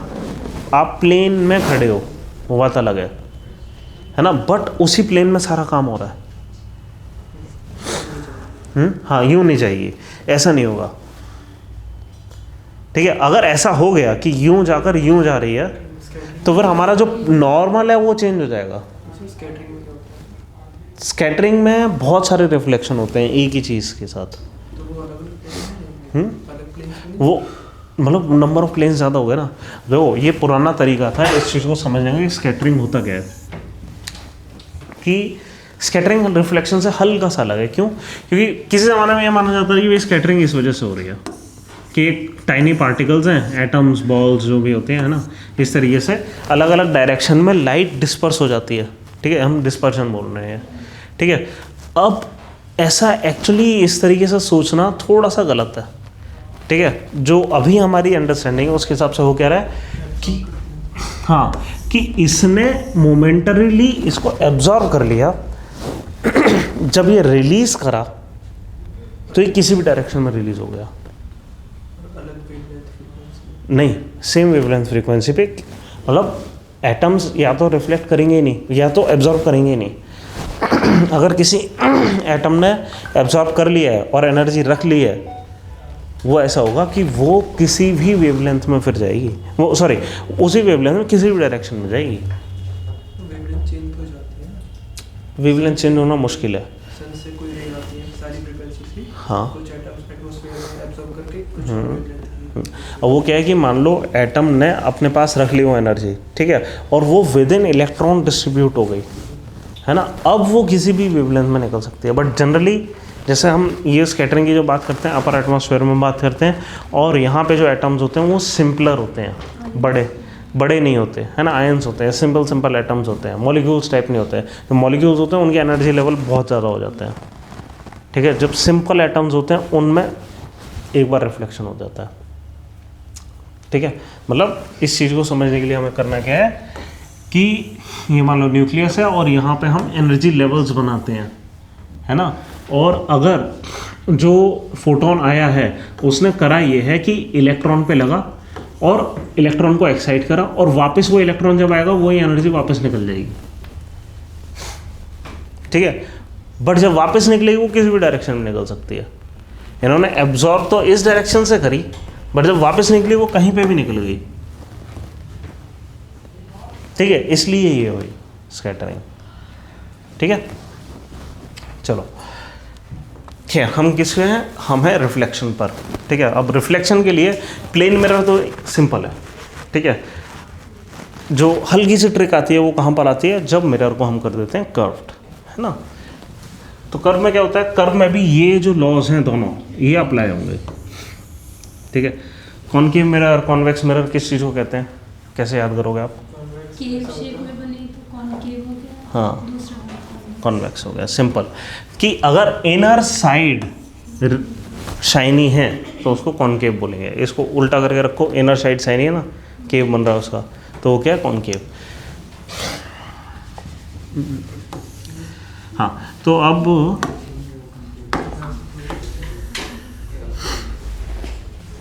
हर मिरर का हमने अभी एक चीज़ देखी थी, क्या?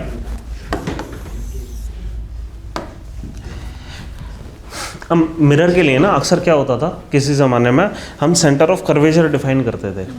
अब किसी ज़माने में मैं क्यों बोल रहा हूँ ऐसा कि ये आजकल सेंटर ऑफ कर्वेचर बोलना मतलब इलॉजिकल हो गया, क्योंकि किसी ज़माने में हम जब मिरर रखते थे हम रखते थे स्फेरिकल मिरर्स। स्फेरिकल मिरर मतलब वो मिरर जो कि एक बड़े स्फीयर का हिस्सा है, छोटा हिस्सा है, ठीक है। तो इसको बनाते भी कैसे थे कि उन्होंने एक सेंटर ऑफ कर्वेचर ले लिया, वहाँ से कुछ मतलब डिफाइन करा मिरर को, उसको शाइन करा वहाँ पर, और उस तरीके से मिरर बनाया। हाँ, समझ रहे हैं? वो स्फेयर की प्रॉपर्टी का यूज़ करके ही मिरर बनता था। अब हम एक्चुअली वो नहीं करते, लेकिन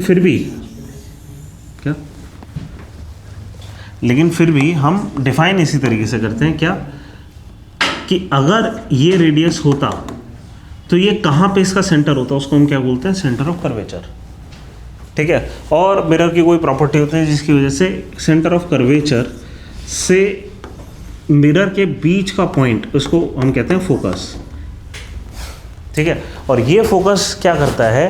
फोकस की एक ही प्रॉपर्टी होती है, क्या? पैरेलल बीम को एक पॉइंट पे फोकस कर देता है, ठीक है। कि एक पैरेलल बीम आया और उसको, उस पैरेलल बीम को ये क्या करेगा?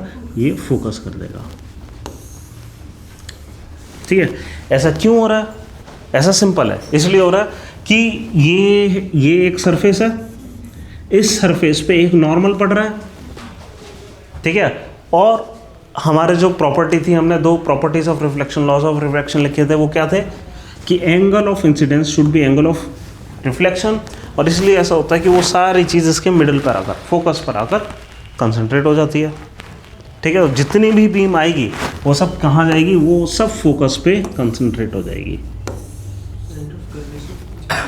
हाँ, नहीं, because centre of curvature is acting as the normal ना। सर्कल की क्या प्रॉपर्टी है? सर्कल की प्रॉपर्टी की ये प्रॉपर्टी होती है ना कि कोई भी लाइन आप सेंटर से खींचोगे, it would be normal to the tangent. यही तो प्रॉपर्टी है ना। तो ये सेंटर है उस बड़े सर्कल का, है ना। तो ये पड़ेगा नॉर्मल, ये तो 90 डिग्री होगा, ठीक है। The only thing would be कि normal, incident ray, reflected ray, they all would lie on the same plane, ठीक है। But angle of incidence should be equal to angle of reflection with respect to the normal, ठीक है। और इसलिए सारी चीज़ें, और कहीं पे भी आप नॉर्मल बना लोगे वो आपको आई इज इक्वल टू आर दिखाई देगा, ठीक है। तो सारी चीज़ें यहाँ पर आती हैं, ठीक है। ये प्रॉपर्टी स्फेरिकल मिरर की है, लेकिन हम जो आजकल यूज़ करते हैं वो स्फेरिकल मिरर नहीं होता। वो कौन सा मिरर होता है? हम जनरली पैराबोलिक मिरर्स यूज़ कर रहे हैं। पैराबोलिक मिरर्स इसलिए यूज़ कर रहे हैं क्योंकि ये जो प्रॉपर्टी है ना, angle of incidence is equal to angle of reflection, ये छोटे कर्वेचर के लेंस एंड मिरर के लिए चलती है। जब हम कर्वेचर बड़ा कर देते हैं तब ऐसा नहीं होता। कैसे नहीं होता? कि मान लो ये है हमारा मिरर, ठीक है। इतना बड़ा हमने मिरर रखा और जो लाइट आई इतना बड़ा मिरर रखा, या मान लो यहाँ से लेकर यहाँ तक मैं एक येलो कलर में मिरर बनाता हूँ, और इस चीज़ को हम बड़ा नहीं कर सकते। मतलब स्फेरिकल मिरर की सबसे बड़ी प्रॉब्लम, उसको बड़ा नहीं कर सकते। और क्यों नहीं कर सकते? मान लो ये था हमारा मिरर, ठीक है। अब यहाँ पे मैंने एक लाइट मारी, ये ऐसा करके, और ये रिफ्लेक्ट करके जाएगी यहाँ पर, यहाँ कहीं जाएगी, है ना। अब हम कह रहे थे, और यहाँ पे अगर कोई मान लो लाइट मारी, है ना, वो रिफ्लेक्ट करके यहाँ जाएगी। फोकस यहाँ कहीं बन रहा है ना। वो जो लॉस थे आपके कि कर्वेचर और यहाँ के बीच का वो चीज़ फोकस होगा, वो सारे लॉस ख़त्म हो जाते हैं, ठीक है। आप एक जगह कंसंट्रेट नहीं कर पाते बीम को। जो कोने वाली बीम है वो थोड़ी आगे कंसंट्रेट होती है, जो यहाँ वाली बीम है थोड़ा पीछे कंसंट्रेट होती है। आपको जो फोकस है वो यहाँ से लेकर यहाँ के बीच में, मतलब अलग अलग टाइप की बीम अलग अलग जगह पे मिलने की कोशिश करती हैं। इसलिए कभी भी आप देखना, कोई अगर बहुत बड़ा लेंस होगा ना, वो एक जगह पे कंसंट्रेट कर ही नहीं पाएगा लाइट, ठीक है, स्फेरिकल टाइप का अगर होगा। तो हमने वो स्फेरिकल लेंस, स्फेरिकल मिरर सब कुछ छोड़ दिया है। लेकिन हमने ये देखा कि पैराबोला की ये प्रॉपर्टी होती है कि वाकई में कितना भी बड़ा कर दो पैराबोला, वो हमेशा एक ही पॉइंट पे वो फोकस करता है। तो हम करते क्या है कि हम स्फेरिकल की जगह पैराबोलिक मिरर यूज़ करते हैं। तो अज्यूम कर लेते हैं चलो क्या कि कर्वेचर वगैरह हमारे पास कुछ नहीं है। हमारे पास क्या है, हमारे पास सिर्फ और सिर्फ एक मिरर है जो कि पैराबोलिक मिरर है, और काम क्या करेगा, पैरेलल रे को आकर फोकस करेगा। सिंपल। तो अब ऐसा करते हैं, दो टाइप के मिरर बनाते हैं। ये तो प्रॉपर्टी होगी हमारी कॉन्वेक्स मिरर की, सॉरी कॉनकेव मिरर की, है ना। अब एक प्रॉपर्टी लेते हैं हम उल्टा, कॉन्वेक्स मिरर की, ठीक है। अब कॉन्वेक्स मिरर में क्या होता है, which side is shiny, outer side, ठीक है। अब आउटर साइड शाइनी है, ये रिफ्लेक्ट अगर करेगी किस डायरेक्शन में कर देगी, इधर, है ना, ये वाली इधर कर देगी, ठीक है। लेकिन हाँ वही, इनका फोकस कहाँ है, इनका फोकस होता है इमेजिनरी। असली में नहीं होता।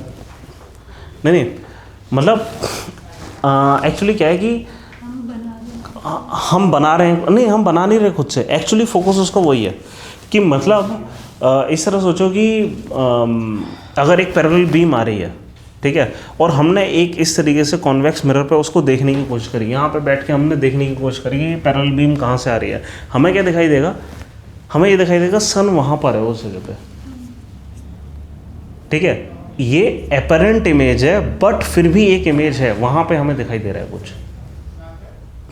आप समझ रहे हो ऐसा, हमें सब कुछ कहाँ से आता हुआ दिखाई दे रहा है, हमें सब कुछ यहाँ से आता हुआ दिखाई दे रहा है। एक यहाँ पे बंदा खड़ा है, वो क्या बोलेगा कि सन कहाँ है, वो बोलेगा भाई यहाँ से आ रहा है। आप समझ रहे हो, है ना। तो सारी light tend to come from this point. उसमें होता है कि गाड़ियों के शीशे में होता है, ठीक है, और बहुत छोटा दिखाई देगा, ठीक है ना। तो ये हमारी कुछ प्रॉपर्टीज हैं। चलो ऐसा करते हैं हम 6 डायग्राम्स चलिए लिख ही लेते हैं, ज़्यादा बेटर है। हम ना यहाँ पे अब 6 डायग्राम बनाते हैं। ये इसको छोटा कर देते हैं।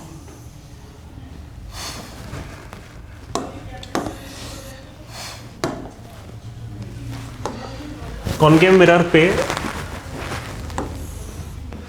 अभी मेरे को नहीं पता कि कितना काम आएगा, बट क्योंकि ये है आपकी किताबों में तो हम ये कर लेते हैं, ठीक है। 6 पॉसिबिलिटीज़ हो सकती हैं कि आप ऑब्जेक्ट को कहाँ खड़ा करें। ये ऑब्जेक्ट जो एरो है वो एक्चुअली है क्या, ये आदमी भी हो सकता है, कुछ भी हो सकता है, ठीक है। 6 पॉसिबिलिटीज़ हो सकती है आप कहाँ खड़ा करें। क्या, एक तो आप इन्फिनिट पे खड़ा कर सकते हैं, एट इन्फिनिटी। दूसरा है नहीं, ये इन्फिनिटी से बीम आ रही है ना, सन की बीम आ रही है, वो सब की सब यहाँ पे फोकस हो जाएगी। सन इन्फिनिटी पे है, आप टेंड्स टू इन्फिनिटी हम मानते हैं ना। इन्फिनिटी क्या है, जहाँ से जो रेज हैं वो पैरेलल आ रही हैं, ठीक है। अब सन इतना दूर है कि उसकी रेज एक्चुअली पैरेलल आ रही हैं। कैसे पता हमें पैरेलल आ रही हैं, कि आप मान लो यहाँ सन है, ठीक है, आप यहाँ एक पर्दा डालो और यहाँ पे एक छोटा सा होल करो, क्या आपको शेप वही दिखाई देगी यहाँ पर जो इसकी शेप है ना। तो मतलब ये पैरेलल है, सिंपल, ठीक है। तो सन की जो रेज आती हैं वो आती हैं पैरेलल, हाँ एकदम पैरेलल होती हैं, परफेक्टली पैरेलल है। वो हम सोलर फ्लेयर दिखाने की कोशिश करते हैं, है ना, ठीक है। तो दूसरी चीज़ ये हो गई कि हम कर्वेचर, जो सेंटर ऑफ कर्वेचर है उससे पीछे रखे हैं। एक ये हो सकता है कि हम सेंटर ऑफ कर्वेचर पे रखे हैं, एक ये हो सकता है कि हम कर्वेचर और फोकस के बीच में रखे हैं, एक फोकस पे ही रख दें, और अगर फोकस से इधर रख दें। ये 6 केस पॉसिबल है कि हम कहाँ पे किसी चीज़ को रख रहे हैं। ठीक है, अब जहाँ पे रख रहे हैं उस हिसाब से इमेज अलग अलग जगह पे बनेगी। ठीक है, जैसे अगर हमने इन्फिनिटी पे रखा तो सारी इमेज यहाँ पे बन रही है। ये इमेज रियल है। रियल का मतलब ये है कि अगर यहाँ पे हमने स्क्रीन रख दी तो वहाँ पे एक्चुअली इमेज बनेगी। मतलब यहाँ पे उठाकर हमने एक पेपर रख दिया तो पूरा कंसनट्रेटेड इमेज ऑफ सन यहाँ बनेगी। उसकी जितनी पीछे से हीट आ रही है वो वहाँ कंसनट्रेट होगी। हम उस पेपर को जला सकते हैं इसकी मदद से, है ना। तो ये क्या हो गया कि ये मतलब उस सेंस में क्या है कि यहाँ पे हमें, अच्छा एक चीज़ और, वर्चुअल इमेज और रियल इमेज में अंतर ये होता है, जिस चीज़ को हम स्क्रीन पे ले सकते हैं वो है रियल इमेज। ठीक है, अगर इमेज तो दिखाई दे रही है, अब इमेज तो ऑब्वियसली दिखाई देगी, क्यों, हम कुछ देख रहे हैं, वहाँ से लाइट तो आ ही रही है, लाइट आ रही है तो कुछ इमेज दिखाई देगी। ठीक है, अगर लेकिन उसको हम स्क्रीन पे नहीं ले सकते तो वो क्या है, वो है वर्चुअल इमेज। यही इमेज, इस इमेज को हम स्क्रीन पे नहीं ले सकते ना, ये पैरेलल आई, ये तो लाइट सारी डिस्पर्स हो गई, उसको कहाँ पे, कौन सी स्क्रीन पे लेंगे। स्क्रीन पे लेने का मतलब है, वाकई में कभी आपने ये एक्सपेरिमेंट नहीं करा ना, मैं कभी हो सकता है एक वो ले आऊँ लेंस, अब वो समझ आएगा कि रियल इमेज वाकई में। कभी आप ना ये करना, आप घर पे लेंस है कोई सा भी, हाँ मैग्नीफायर ग्लास होता है, मैग्नीफाइंग ग्लास नहीं, चश्मा नहीं, अपन को ये वाला चाहिए। हाँ, आग जला है, कोई दिक्कत नहीं। आप अगर उसको एक अंधेरे रूम में लेते, ठीक है, और एक छोटा सा CFL बल्ब कहीं जल रहा होता, ठीक है, आप पता है अगर उसको एक स्क्रीन के पास यूँ उठाकर ले जाते ना दीवार पे, तो CFL बल्ब दीवार पे बन जाता है ना। उस इमेज को आप वाकई में दीवार पे ले सकते हो, एक स्क्रीन पे ले सकते हो, वो रियल इमेज है। जिस भी चीज़ को आप स्क्रीन पे ले जाओ वो रियल इमेज है। ठीक है, क्यों, दिन में, हाँ क्योंकि जंगल में खो गए, मेरे को पता नहीं क्यों रात इमेजिन हुई सीधे ही।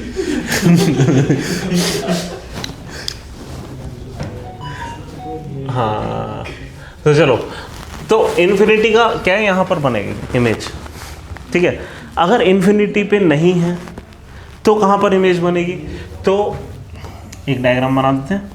ठीक है, यही हमने ये करा, और ये C है, ये F है। ठीक है, हाँ जी, अब जितनी जो भी इमेज वो यहाँ से जाती है ना, सारे जितनी भी लाइंस हैं वो फोकस से जाती हैं, है ना। अगर यहाँ से कोई पैरेलल लाइन जाएगी वो फोकस से जाएगी। ठीक है, और फॉर एग्जांपल कोई लाइन अगर कर्वेचर से जाएगी वो कैसे जाएगी, यहीं से वापस आ जाएगी। कर्वेचर इज नॉर्मल, है ना। अगर कोई चीज़ यूँ पड़ रही है तो यही वापस जाएगी, है ना। कोई भी चीज़ अगर कर्वेचर से जा रही है, this is centre of that circle. ठीक है, ये तो परपेंडिकुलर बना ही रहा है, हमें पता है। ठीक है, ये वापस आएगी। आपको इमेज कहाँ मिलेगी, जहाँ पे ये दोनों लाइन मिल रही हैं। ठीक है, एक्चुअली क्या होगा, ये हमने खाली 2 लाइन एक्सपेरिमेंटली ड्रॉ करी कि कहाँ पे जाएगी। इस चीज़ को हम रे ऑप्टिक्स कहते हैं। जब हम इमेजिन करने की कोशिश करें कहाँ इमेज बनेगी, सिर्फ लाइनें बना कर ड्रॉ करने की तरीके से। ठीक है, तो यहाँ पे जितनी भी, ऐसा नहीं है खाली ये 2 ही रेज जा रही हैं, जहाँ खूब सारी रही होंगी वो सारी की सारी एक्चुअली आकर यहाँ कंसंट्रेट हो जाएंगी। वो किस तरीके से होंगी, क्यों होंगी, हम इस पे जानना नहीं चाह रहे, बट हमने इन सारी इमेजेस में से 2 रेज ली और हमें दिखा यहाँ कंसंट्रेट हो रही है। और मिरर की प्रॉपर्टी होती है वो कंसंट्रेट कर ही देती है ना। तो क्या है कि इमेज कहाँ बन रही है, इस चीज़ की इमेज यहाँ बन रही है। It is inverted, it is smaller. ठीक है, तो रे ऑप्टिक्स से आप इंट्यूशन से पता लगा सकते हैं बिना एक्चुअली एक्सपेरिमेंट करे कि हाँ ये इमेज इन्वर्टेड बनेगी और स्मॉलर होगी। ठीक है, और इसको आप स्क्रीन पे ले सकते हैं कि अगर किसी ने उठाकर ये जो इमेज थी ना, यहाँ पे कोई स्क्रीन रख दी तो आपको यहाँ पे इमेज दिखाई देगी। आइज हल्का सा अलग करती हैं इससे, कुछ इन्वर्टेड इमेज बनती है। हाँ नहीं, पेड़ सीधे ही होते हैं, रेटिना पे उल्टे रजिस्टर होते हैं, बट न्यूरॉन हमारे दिमाग में वापस सीधा कर देते हैं उसको, तो पेड़ सीधे ही होते हैं, है ना। वो न्यूरॉन्स कुछ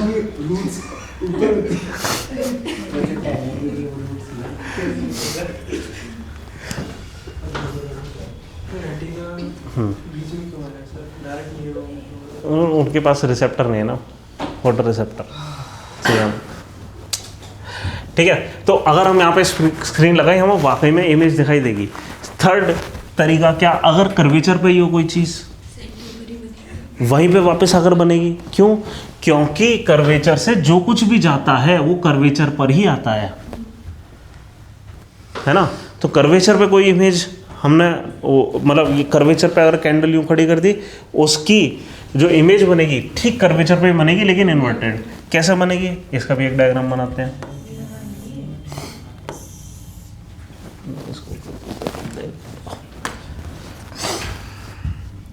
ये मान लो कर्वेचर है यहाँ पर और यहाँ पे एफ है। ठीक है, अब जो भी पैरेलल जाती है इमेज वो फोकस से होते हुए चली जाती है, जो भी फोकस से होते हुए जाती है वो एकदम पैरेलल जाती है। ऐसे कुछ होता है, ये थोड़ा सा लाइन टेढ़ी हो गई, इसको सीधे बनाते हैं एकदम। ठीक है,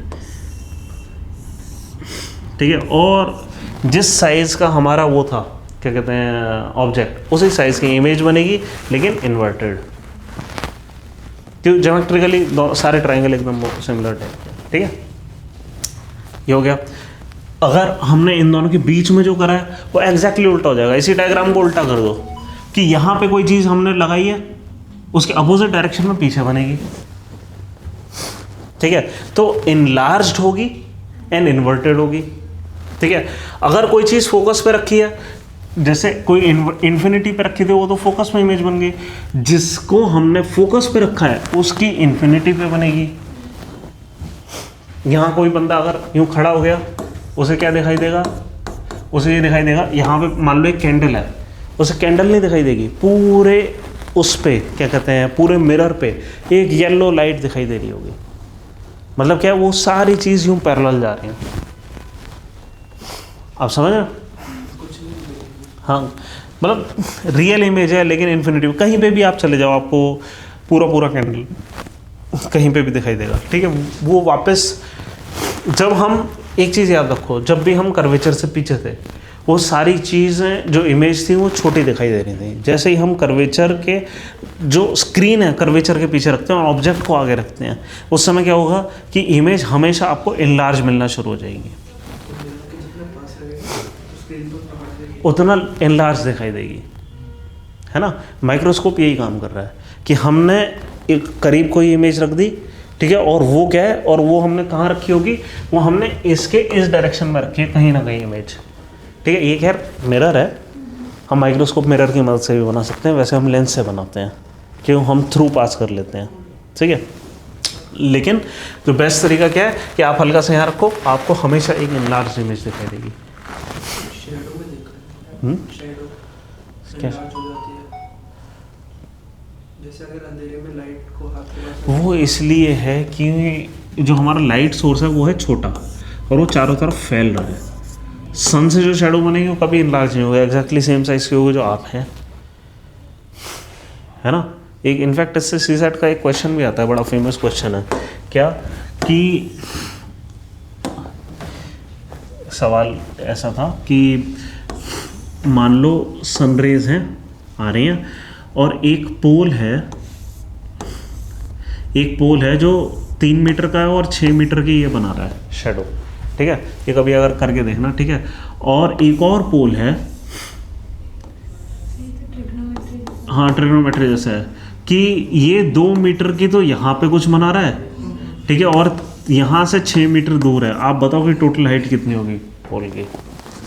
ठीक है, हाँ वही है कि क्या है कि ये अब इस तरीके से है कि इस तरह मानना इसकी शेडो जो है वो उतनी बनेगी। अगर ये 6 मीटर की शेडो है, ये भी 6 मीटर की शेडो है, तो ज़रूर ये 3 मीटर तो इतना होगा, और जो ऊपर का है वो 2 मीटर, वो एग्जैक्टली 2 मीटर यहाँ आएगा, क्योंकि सन हमेशा पैरेलल कुछ बनाता है। तो इस पोल की हाइट कितनी होगी? 3 + 2 है। हाँ, सामने दीवार खड़ी है, वो कह रहे हैं कि दीवार पे 2 मीटर की शेडो बन रही है, कुछ शेडो ज़मीन पे बन रही है, कुछ उस पर, है ना। इस प्रॉपर्टी से एक सीसेट का सवाल भी होता है हमारा।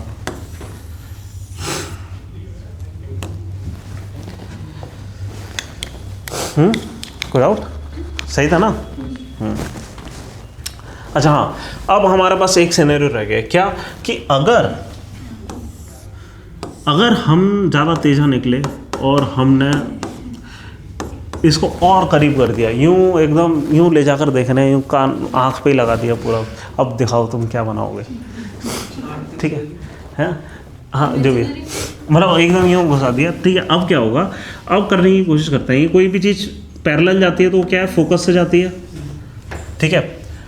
और कोई भी चीज़, अब हम क्या कर रहे हैं, टेंडेंसी, मान लो इस डायरेक्शन में कोई चीज़ आई तो वो डायरेक्टली इस डायरेक्शन में चली जाएगी। सर इसको डायरेक्ट मिरर से भी पास करा सकते हैं, मिरर से, एंगल है एंगल है। हाँ ये भी कर सकते हैं कि हम यहाँ से भी पास करा दें,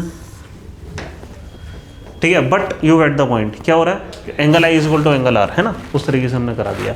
एक हम ये भी कर सकते हैं कि कर्वेचर से डायरेक्ट कर दो तो नॉर्मल है जैसे वो चली जाएगी, एक पैरेलल कर दिया वो फोकस से चली जाएगी, हैं, पैरेलल नहीं आ रहा। अब हो क्या रहा है कि आपको 3 इमेज, इससे ये दिखाई दे रहा है ये सब कुछ फैल रहा है, ठीक है। इमेज कहाँ बनती है, इमेज वहाँ बनती है जहाँ पे सारी लाइन्स मीट कर रही हैं, where they tend to meet, where they actually tend to meet is behind the mirror somewhere।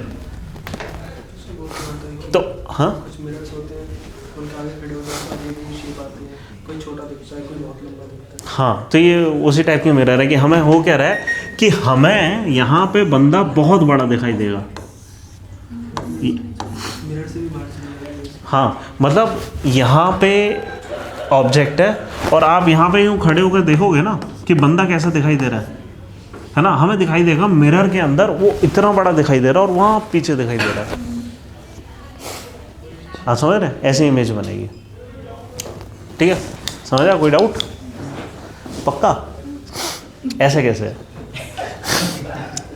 Class test में पढ़ा था। हैं, ये इन्वर्टेड नहीं है, ये इन्वर्टेड नहीं है, ये उसी शेप की है, अच्छा, ठीक है, लेकिन दूर है, लेकिन बड़ी है ना, दूर है बड़ी है लेकिन इन्वर्टेड नहीं है। ये कैसे पता लगा इन्वर्टेड नहीं है, जिस डायरेक्शन में आपके ऑब्जेक्ट है उसी डायरेक्शन में एरो आ रहा है, वो इन्वर्टेड नहीं होती है ना। इन्वर्टेड क्या है कि उल्टा आ गया हमें किसी वजह से, कहीं पे भी, ज़्यादातर जगह पे इन्वर्टेड है, ठीक है। यहाँ पे हमारे पास एक इस वाले टाइप के मिरर में हमारे पास 2 ही केस बनते हैं। 2 केस क्यों बन रहे हैं, यहाँ पे हम ऑब्जेक्ट कहाँ रख सकते हैं, यहीं कहीं रख सकते हैं, है ना, और वो ये वाले जितने भी पॉसिबिलिटीज़ हैं कि C, F, वो सब तो मिरर के पीछे है, हमें कोई मतलब ही नहीं उस चीज़ से। हम क्या रख सकते हैं, या तो इन्फिनिटी पे रख सकते हैं या इन्फिनिटी के अलावा कहीं रख सकते हैं। तो इन्फिनिटी के अलावा जब हम कहीं रखेंगे तो इस तरीके से हम बना लेते हैं कि हमने मान लो यहाँ रखी, अब यहाँ पे वही सेम चीज़ है कि जो पैरेलल जाएगी it would tend to pass through the focus, और जो कर्वेचर के थ्रू जाने की कोशिश करेगी, है ना, it would tend to pass, ऐसी I is equal to R type से हो जाएगी, वो नॉर्मली चली जाएगी, और ऐसे जो यहाँ से जा रही होगी आई इज इक्वल टू आर हो जाएगी। हाँ तो हो क्या रहा है कि सब कुछ is tending to pass through this point, ऐसा कुछ है ना। तो क्या है कि जो इमेज है वो हो गई छोटी इस बार, है ना। तो और वर्चुअल क्यों, उसके पीछे बन रही है, तो यहाँ पे दोनों ही इमेज, चाहे उस केस में हो या इस केस में, दोनों ही इमेज वर्चुअल बन रही हैं और मिरर के पीछे बन रही है, ठीक है ना, बस सिंपल।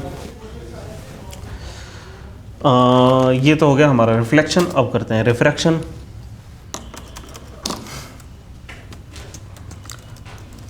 अच्छा हाँ, नहीं इसके यूजेस भी लिख लेते हैं ना कि इस टाइप के मिरर्स को हम कहाँ कहाँ यूज़ कर सकते हैं। जैसे इस प्रॉपर्टी का हम कहाँ यूज़ करते हैं,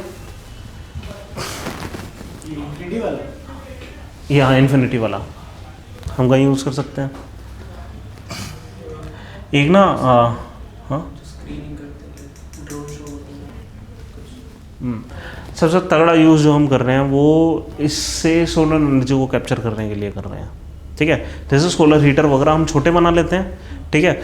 और सोलर एनर्जी को कैप्चर करने के 2 तरीके हैं हमारे पास। एक तो फोटोवोल्टेइक सेल होता ही है, ठीक है। हम देखेंगे वो जब हम LED वगैरह देखेंगे ना, तब देखेंगे कि किस तरीके से वो कैप्चर कर रहे हैं। दूसरा तरीका ये है कि हमने सारी लाइट को कैप्चर करा के यहाँ पे कुछ रख दिया जिसको सुपर हीट कर दिया।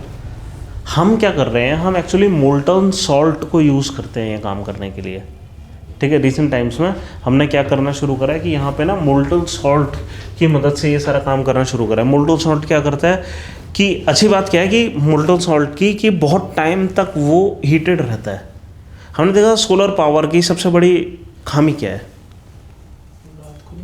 रात को नहीं चलती, सबसे बड़ी खामी है, ठीक है। इसकी वजह से होता क्या है कि अगर हमने सिर्फ और सिर्फ सोलर पावर पर रिलाई हुए तो पूरी रात अंधेरे में बीतेगी हमारी, वो हम काम नहीं कर सकते। तो बेटर तरीका क्या है कि हम किसी तरीके से हीट को स्टोर करके रख लें, और मोल्टन सॉल्ट सबसे बढ़िया तरीका है कि सॉल्ट को आप पिघला दो, और वो है इंसुलेटर, ठीक है। वो आसानी से हीट देगा नहीं, डिसिपेट नहीं होगी, ठीक है। उसको पिघलाओ, ठीक है, और इस यहाँ से पानी की ट्यूब पास करो, ठीक है। पानी गर्म होगा, वहाँ से एक स्टीम टरबाइन चला दो, समझे। बड़ा आसान तरीका है कि सॉल्ट को गर्म करा और वो दिन से लेकर रात तक आप उससे टरबाइन चलाते रहो, ठीक है। तो ये एक तरीका है जिस तरीके से आजकल हम सोलर लेने की कोशिश करते हैं, ठीक है। ये थर्मल सोलर पावर कहते हैं इसको, ऑब्वियसली, है ना। सारी थर्मल सोलर पावर मिरर्स का यूज़ करती हैं किसी न किसी तरीके से, ठीक है। तो यहाँ पे यूज़ हो रहा है। फिर रिफ्लेक्टिंग टेलीस्कोप में यूज़ होता है, ठीक है। रिफ्लेक्टिंग टेलीस्कोप जनरली हम पैराबोलिक टेलीस्कोप्स यूज़ करते हैं। रिफ्लेक्टिंग वो क्या होता है कि हमें देखो इनलार्ज करनी है इमेज को किसी तरीके से। यहाँ पे कोई तरीका मिल रहा है आपको इनलार्ज करने का? क्या फोकस के लिए हमने अगर यहाँ पे रख दी कोई इमेज, उसको हमने बड़ा कर दिया, है ना। एक और काम हम कर सकते, अब काम हम करते क्या, हाँ क्या, वाले भी जो लास्ट वाला हाँ, लेकिन एक्चुअली हमारे पास जो इमेज है वो है इन्फिनिटी पे, है ना। इस चीज़ का हमें ध्यान देना पड़ेगा। तो हम करते क्या है कि हम एक्चुअली 2-3 चीज़ों को यूज़ करते हैं। हम पहले तो इन्फिनिटी, हम तो जो वो आई है हमारे पास लाइट, उसको पहले यहाँ फोकस कराते हैं, फिर यहाँ पे एक और लेंस का यूज़ करते हैं उसको इनलार्ज करने के लिए, ठीक है। उससे हमें इमेज मिलती है किसी चीज़ की, ठीक है। तो हम रिफ्लेक्टिंग टेलीस्कोप का यूज़ कर सकते हैं। और यहाँ पे जितने भी टेलीस्कोप हमें यूज़ कर रहे हैं, हम कभी भी स्फेरिकल यूज़ नहीं कर पाएंगे। हम कौन से, पैराबोलिक मिरर यूज़ करते हैं, ठीक है। इंडिया में एक रिफ्लेक्टिंग मिरर टेलीस्कोप है जो बहुत इंपॉर्टेंट है, जो कि मर्क्यूरी का यूज़ करता है रिफ्लेक्शन के लिए, ठीक है। अब पैराबोलिक मिरर्स बनाना थोड़ा सा डिफ़िकल्ट काम है, तो हम क्या करते हैं, बहुत आसान तरीका पैराबोला बनाने का, क्या कि एक यूटेंसिल लिया, ठीक है, इसके अंदर लिक्विड डाला और इसको स्पिन करना शुरू कर दिया, ठीक है। तो ऑटोमेटिकली एक पैराबोलिक शेप ये गेन कर लेगा, लिक्विड, ठीक है। तो इस तरीके से हम एक पैराबोलिक मिरर यूज़ कर रहे हैं। आई थिंक ये देव स्थल पे यूज़ कर रहे हैं हमारे टेलीस्कोप्स,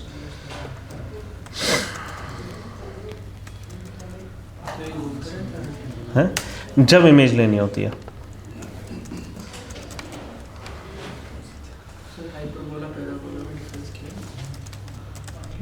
एक सेकंड बताते हैं, मेरे पास लिखा क्यों नहीं है मर्क्यूरी टेलीस्कोप।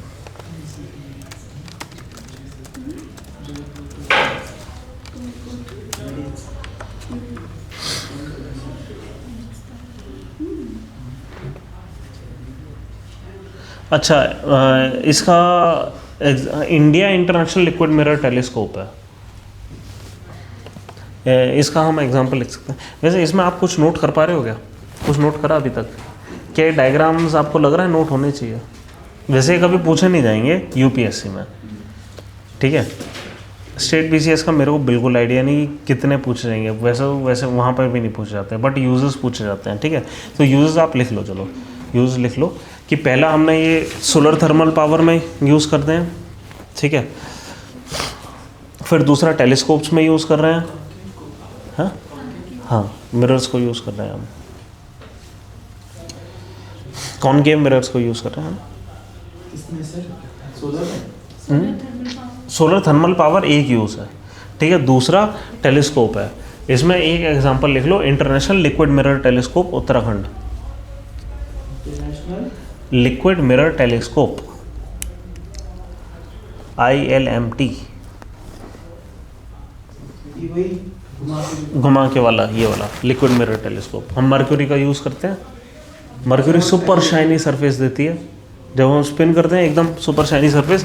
इसके पास एक डिसएडवांटेज है, इस मिरर की क्या डिसएडवांटेज होगी? मरकरी लाल होता है। लाल कहाँ से होता है? थर्मोमीटर में लाल लाल कहाँ होता है? थर्मोमीटर में होता है तो लाल तो होता है। लाल टाइप की ट्यूब उसमें डाला जाता है, हो तो सिल्वर है सिल्वर होती है। और क्या। जो रीडिंग आती है वो ऊपर रेड कलर का नहीं पड़ता, वो रेड के साथ पुराने जो थे। हाँ नहीं, मेरे को तो सिल्वर ही मिला है हमेशा। रेड रेड नहीं रेड तो नहीं हुआ, सिल्वर होता है। चलो कभी तोड़ा नहीं है क्या? अच्छा कभी तोड़ना मत लेकिन, रिएक्टिव होता है। नहीं नहीं नहीं कुछ नहीं होता, हल्का सा टॉक्सिक होता है। अगर ऑर्गेनिक फॉर्म में है तो फिर ब्रेन में स्टोर हो जाता है, और अगर ज़्यादा ही क्वांटिटीज़ में चला गया तो 15 दिन के अंदर डेथ आती है। ब्रेन की पावर नहीं बढ़ती। नहीं बिल्कुल नहीं, टॉक्सिसिटी होती है। और बुरी बात क्या है मर्क्यूरी की, it can dissolve anything, any metal into it, ठीक है, विच मीन्स लेड वगैरह जो कुछ भी जितने पॉइजनस टॉक्सिक मेटल्स हैं वो भी डिजॉल्व हो जाते हैं। तो अगर यूँ खुला हुआ मर्क्यूरी पड़ा है, हमें नहीं पता उसने अंदर क्या डिजॉल्व कर रखा है, ठीक है, तो गलती से उसका इंजेक्शन हो गया, वैसे तो इन जनरल कोई इफेक्ट नहीं करेगा, बट अगर इंजेक्शन हो गया और गलती से मर्क्यूरी ही एब्जॉर्व हो गया बॉडी में तो खतरनाक है।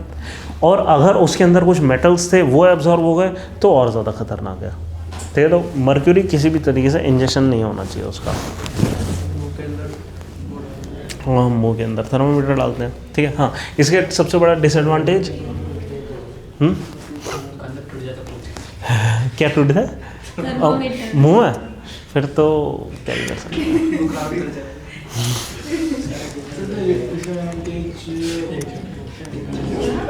एनर्जी लगेगी घुमाने के लिए।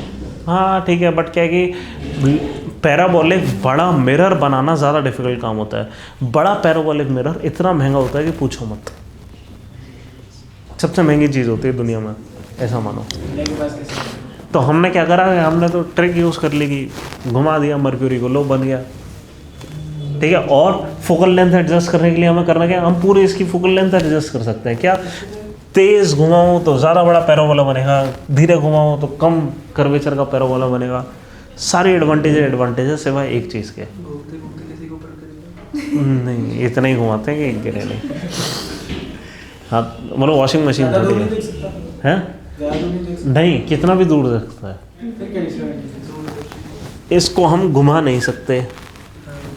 सन जहाँ मतलब हमारा अर्थ जहाँ जा रहा है हम ऊपर ही देखेंगे, सिर्फ एक पैच ऑफ स्काई फिक्स जहाँ। तो मतलब हम क्या देख सकते हैं इसकी मदद से कि हमारी जो अर्थ है, एक तो मैंने इसको भर दिया यार कुछ ज़्यादा ही, है ना। हमारी जो अर्थ है, हम क्या है कि हम सिर्फ और सिर्फ क्या देख सकते हैं कि, और हमेशा ऐसे ही टिल्ट रहती है ना। हम क्या देख सकते हैं, ये इलाके से लेकर ये इलाके तक, यहाँ पर बस इतना, ये पूरा इलाका बस इतना देख सकते हैं, है ना। विच इज़ पूरा हमारे पूरे नाइट स्काई का 1% भी नहीं देख सकते, एक ये देख सकते हैं बस बैंड, तो एक जगह 50% हैं। 50% नहीं हो गया। 50% कैसे हुआ? ये तो सिर्फ एक बैंड देख रहे हैं ना हम, ये एक बैंड देख रहे हैं। तो ये ऊपर का पूरा नहीं देख पाए, नीचे का पूरा नहीं देख पाए, कुछ देखें। जो पैरेलल है इसीलिए। हाँ मतलब पैरेलल मतलब सीधे ऊपर से यूँ आ रही है ना, मतलब आ तो ऐसे भी नहीं है, पर हम इस डायरेक्शन में उस टेलीस्कोप को कर कहाँ पा रहे हैं। ऐसे कैप्चर यूज नहीं करेंगे। हम बहुत हल्का फुल्का इसको टिल्ट कर सकते हैं, ठीक है, बट ये है कि इससे ग्रेविटी का असर पड़ेगा, ये बीच में आने की कोशिश करेगा, ठीक है। हम मतलब ये भी कर सकते हैं कि इस ट्यूब को यूँ घुमाएं। अगर हमने पानी अगर ये होता और उस ट्यूब को घुमा रहे होते तो पानी तो इस डायरेक्शन में आ जाता। हल्का है, ये 13 गुना ज़्यादा डेंस है, इसलिए इसको बहुत ज़्यादा नहीं घुमा सकते, थोड़ा बहुत प्ले कर सकते हैं इसको, और ज़्यादा नहीं कर सकते, ठीक है। डायरेक्शन में लगा दो, डायरेक्शन में लगाना है, कई सारे डायरेक्शन में अलग अलग टेलीस्कोप लगा दो, उनको घुमा दो। इन्हें बहुत सारे टेलीस्कोप का यूज़ करना पड़ेगा। अच्छा नहीं, फिर तो हमारे पास इतने सारे किस्म के टेलीस्कोप है, स्पेस में क्यों ना रखा है, और ज़्यादा बेटर है।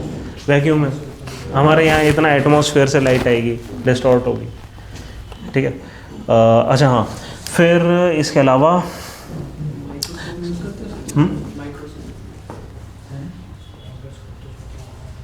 माइक्रोस्कोप में यूज़ कर लेते हैं, लेकिन वहाँ जनरली लेंस यूज़ करते हैं, ठीक है। इसके अलावा देखो, लिखो इमेज फॉर्मेशन में,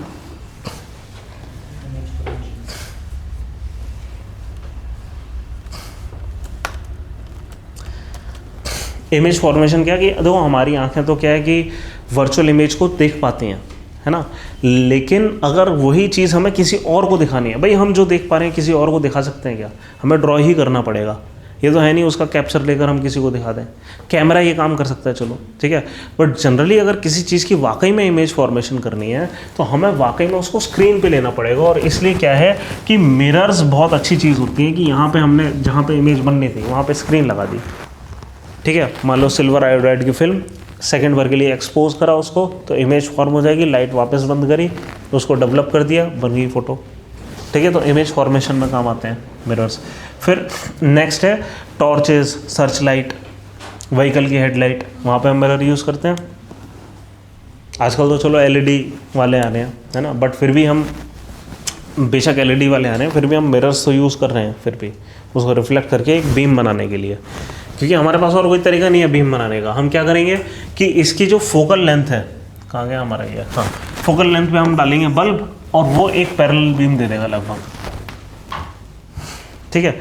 हमें अब क्या कि गाड़ियों में एग्जैक्टली पैरेलल बीम नहीं चाहिए, हल्का सा थोड़ा सा और स्प्रेड आउट चाहिए, हम चाहेंगे थोड़ा सा ज़्यादा एरिया देखना है, बट लगभग पैरेलल।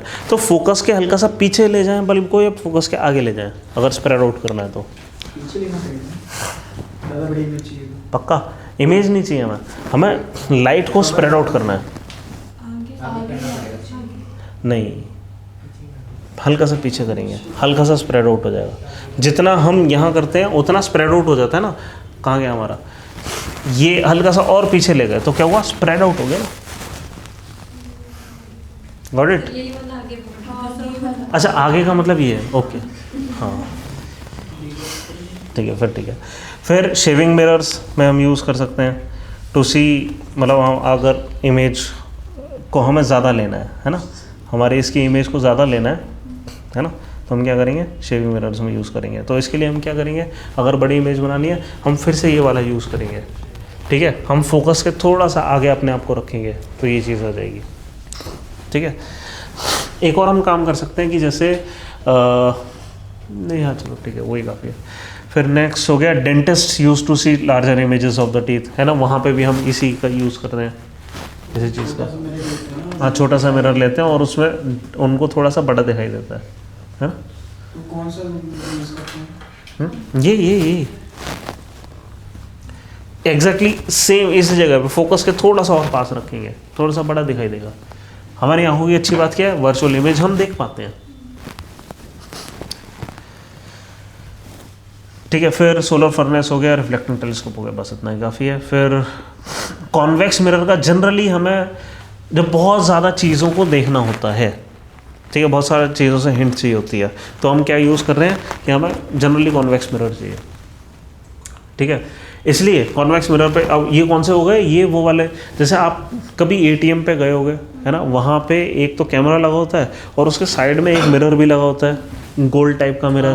क्यों लगा होता है, ताकि आप, हाँ मेट्रो स्टेशन पे भी होता है, क्यों, वो ज़्यादा लार्जर व्यू एक ग्लांस में देखना चाह रहे हैं। या हमारी गाड़ी में लगा होता है साइड मिरर्स, है ना, ऊपर वाला मिरर, हाँ, क्या ड्राइवर को पूरा एक सारा व्यू दिख जाए कि इमीडिएटली पास में क्या हो रहा है और वहाँ दूर तक क्या हो रहा है, ठीक है, उसको सारे गेट्स एक साथ दिख जाए। एक वो अगर उसने नॉर्मल रिफ्लेक्टिंग मिरर दिखाया होता ना, तो फिर क्या होता है, उसे कुछ ही दिख पाता, कुछ पोर्शन इतनी बड़ी ट्रेन का, तो वो बड़ा रखते हैं, है ना।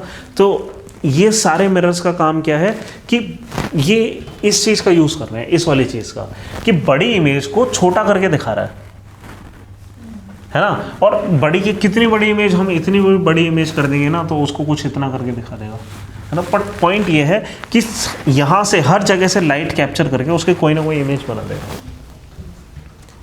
हर डायरेक्शन लाइट है। इमेजिनरी। अच्छी बात क्या है कि हम वो कैप्चर कर लेते हैं, इमेजिनरी की जगह हमें वर्चुअल बोलना चाहिए, है ना, वर्चुअल इमेज है। तो इसका एक ही यूज़ है कॉन्वेक्स का, क्या, रियर व्यू मिरर्स, ठीक है।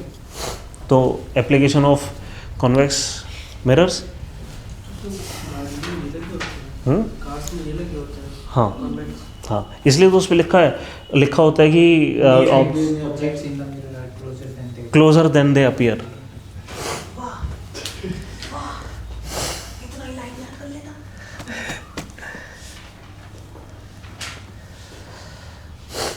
ठीक है, तो रियर व्यू मिरर्स के लिए हम यूज़ करते हैं, ठीक है। They give a wider view, wider field view, yes. Next आते हैं रिफ्रैक्शन।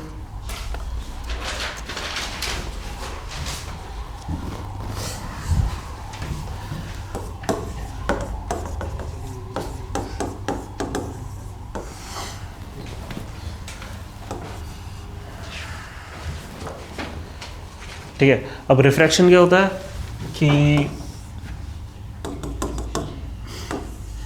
लाइट आई और वो बेंट हो गई, ठीक है, जो कि हम जानते हैं कि भाई पानी के अंदर चीज़ें बेंट दिखाई देती हैं, ठीक है।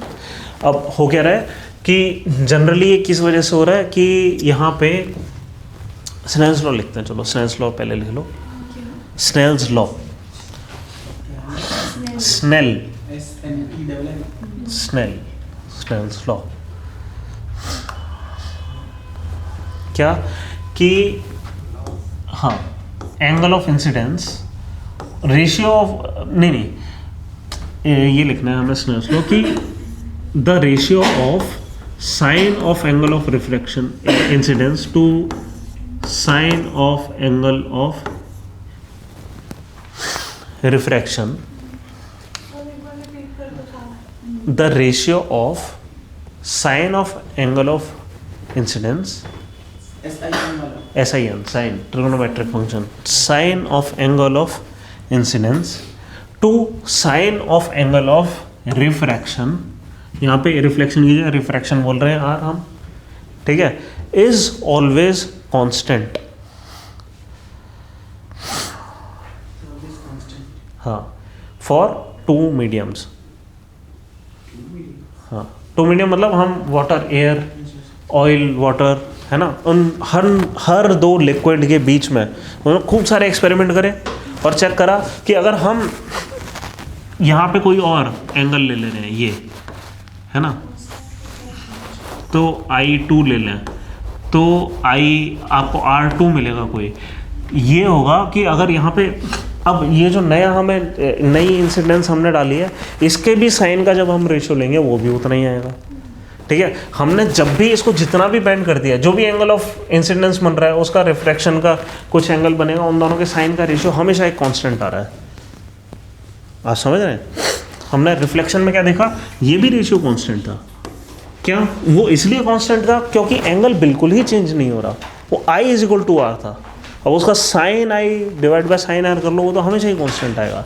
प्लस यहाँ पे एक ही मीडियम इन्वॉल्व था तो कोई दिक्कत ही नहीं थी, यहाँ पे दो मीडियम इन्वॉल्व है ना, तो इसलिए हल्की सी दिक्कत आती है हमें, बट एनीवे। और एक ये दो लॉज ऑफ रिफ्रैक्शन है एक्चुअली, है ना, एक तो है स्नेल्स लॉ और सेकंड लॉ लिखो, इसका कोई नाम नहीं है एज सच। सेकंड लॉ क्या है कि वही कि angle of incidence, angle of refraction, normal all lie in the same plane. हाँ, यस,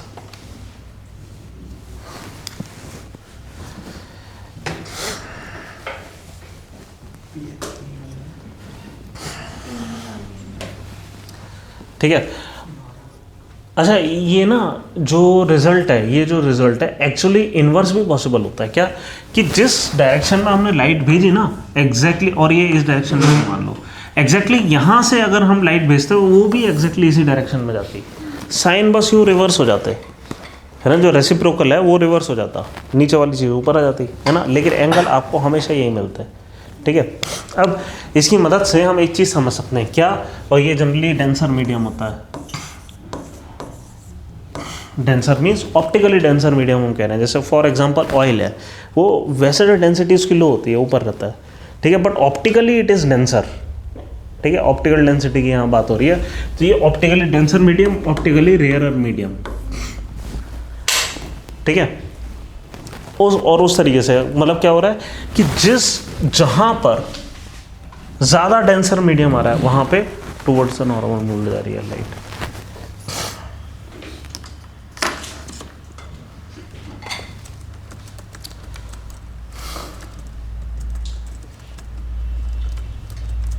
ज़्यादा डेंस होगी तो ज़्यादा क्लियर हो जाएगी। हाँ,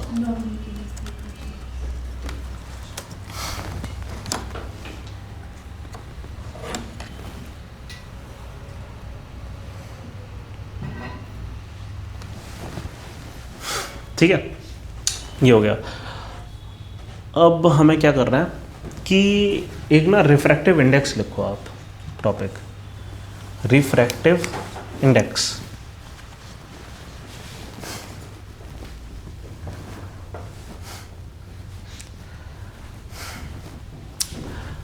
और रिफ्रैक्टिव इंडेक्स पे जाने से पहले हमें ये देखना पड़ेगा कि ऐसा हो क्यों रहा है। इसकी एक्सप्लेनेशन कुछ लोगों ने दी, ठीक है, कि ऐसा हो क्यों रहा है कि ये स्नेल्स लॉ एग्जिस्ट कर रहा है, कि ऐसा क्यों हो रहा है कि जो लाइट है वो बेंड कर जा रही है। हाँ, तो ऐसा सोचो, ये वेव फ्रंट है, ठीक है, इस तरीके से लाइट आ रही है,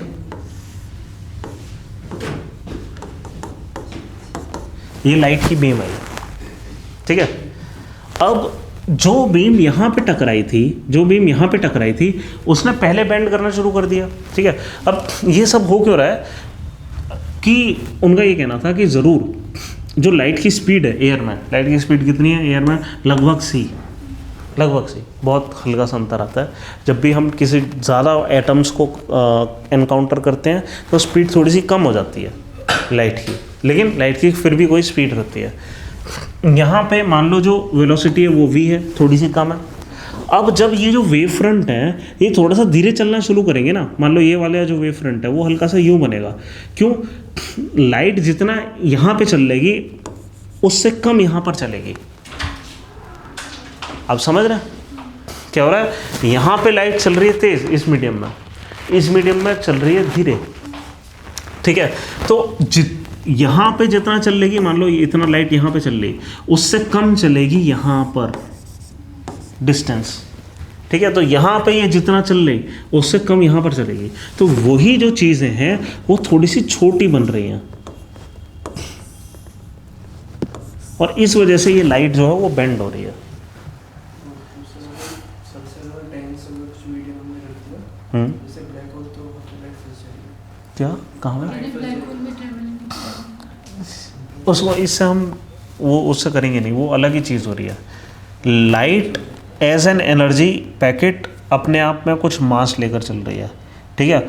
वो इतना डेंस है ब्लैक होल कि वो तो अट्रैक्ट हो जा रही है, हाँ?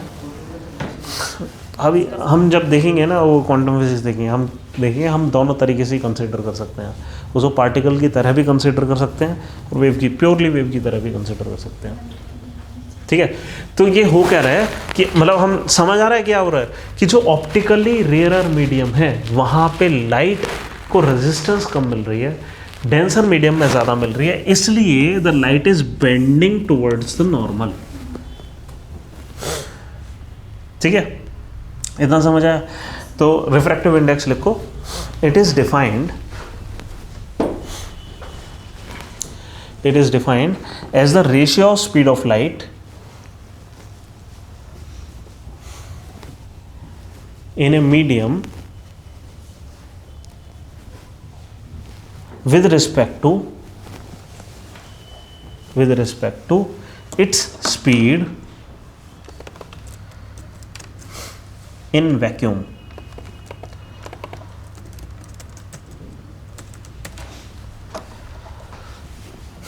ठीक है, तो ये होता है रिफ्रैक्टिव इंडेक्स।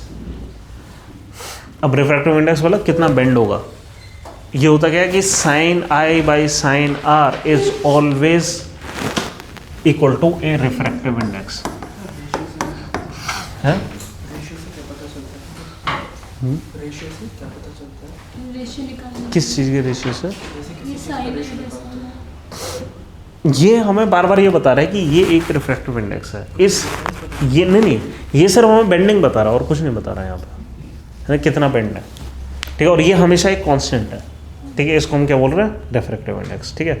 अब एयर का जो रिफ्रैक्टिव इंडेक्स है, मतलब कि जो वेलोसिटी है, इसे मैंने ना एक चीज़ गलती कर दी यहाँ पे, उल्टा कर दिया मैंने। Ratio of speed of light in vacuum to, इसका रेसिप्रोकल होता है एक्चुअली, उल्टा लिखवा दिया मैंने आपको डेफिनेशन, ठीक है। इसको जरा करेक्ट करोगे? It is the ratio of speed of light in vacuum to its ratio in the medium, to its speed in the medium. Ratio of speed of light in the vacuum to its speed in the medium, ठीक है, उल्टा है, ठीक है। तो क्योंकि इसलिए ना कि हाँ, क्योंकि ऊपर हमें छोटा ऊपर हमें बड़ा नंबर चाहिए ना, आप समझ रहे हैं, एंगल ऑफ इंसिडेंस बड़ा है, ये छोटा है, ठीक है। यहाँ पे मैं गड़बड़ कर रहा था, ठीक है। एनीवे, तो इस हिसाब से हम क्या है कि जितना रिफ्रैक्टिव इंडेक्स है उस हिसाब से हमें ऑप्टिकल डेंसिटीज़ पता लगती हैं, ठीक है। कि जैसे जो एयर है उसकी ऑप्टिकल डेंसिटी क्या है, वो है 1.003, almost as good as vacuum, जबकि डायमंड है उसका है 2.42, ठीक है। वहाँ पे स्पीड ऑफ लाइट बहुत कम हो जाती है, बहुत ज़्यादा बेंड होती है, आधी हो जाएगी। आधी से भी कम, है ना। ग्लास की आई थिंक 1.6 कुछ होती है, ग्लास की 1.33, वाटर की भी ग्लास की 1.31, वाटर की 1.33, केरोसिन की 1.44, ठीक है। मिरर है या फिर लेंस है?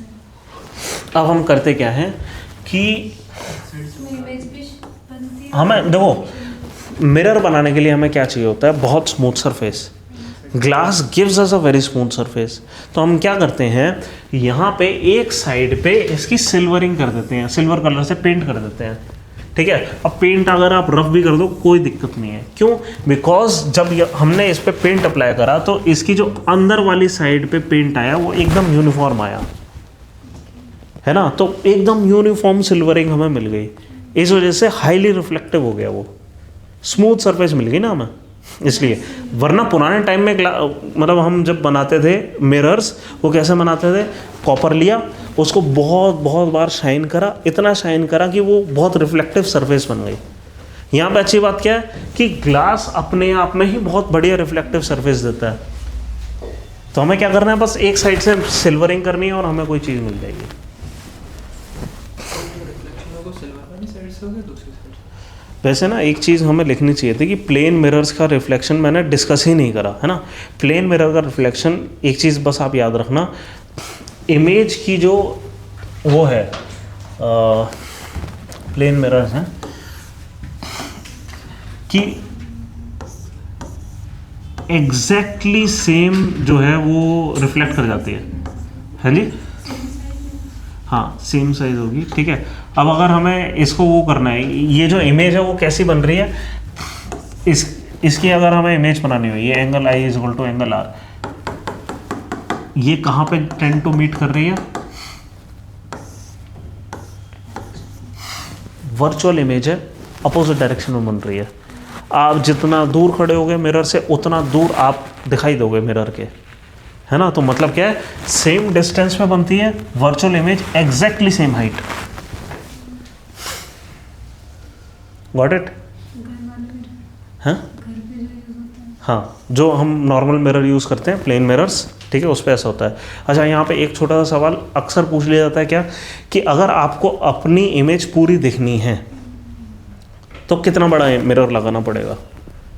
ज़मीन से लेकर हैं? नहीं, आगे से थोड़ा आधा, एग्जैक्ट आधा, ठीक है। हमें आधा चाहिए, क्यों? अब इसी को हम फिर से करते हैं कि एक मिरर है और आप इस तरीके से खड़े हैं, क्यों आधा चाहिए होता है?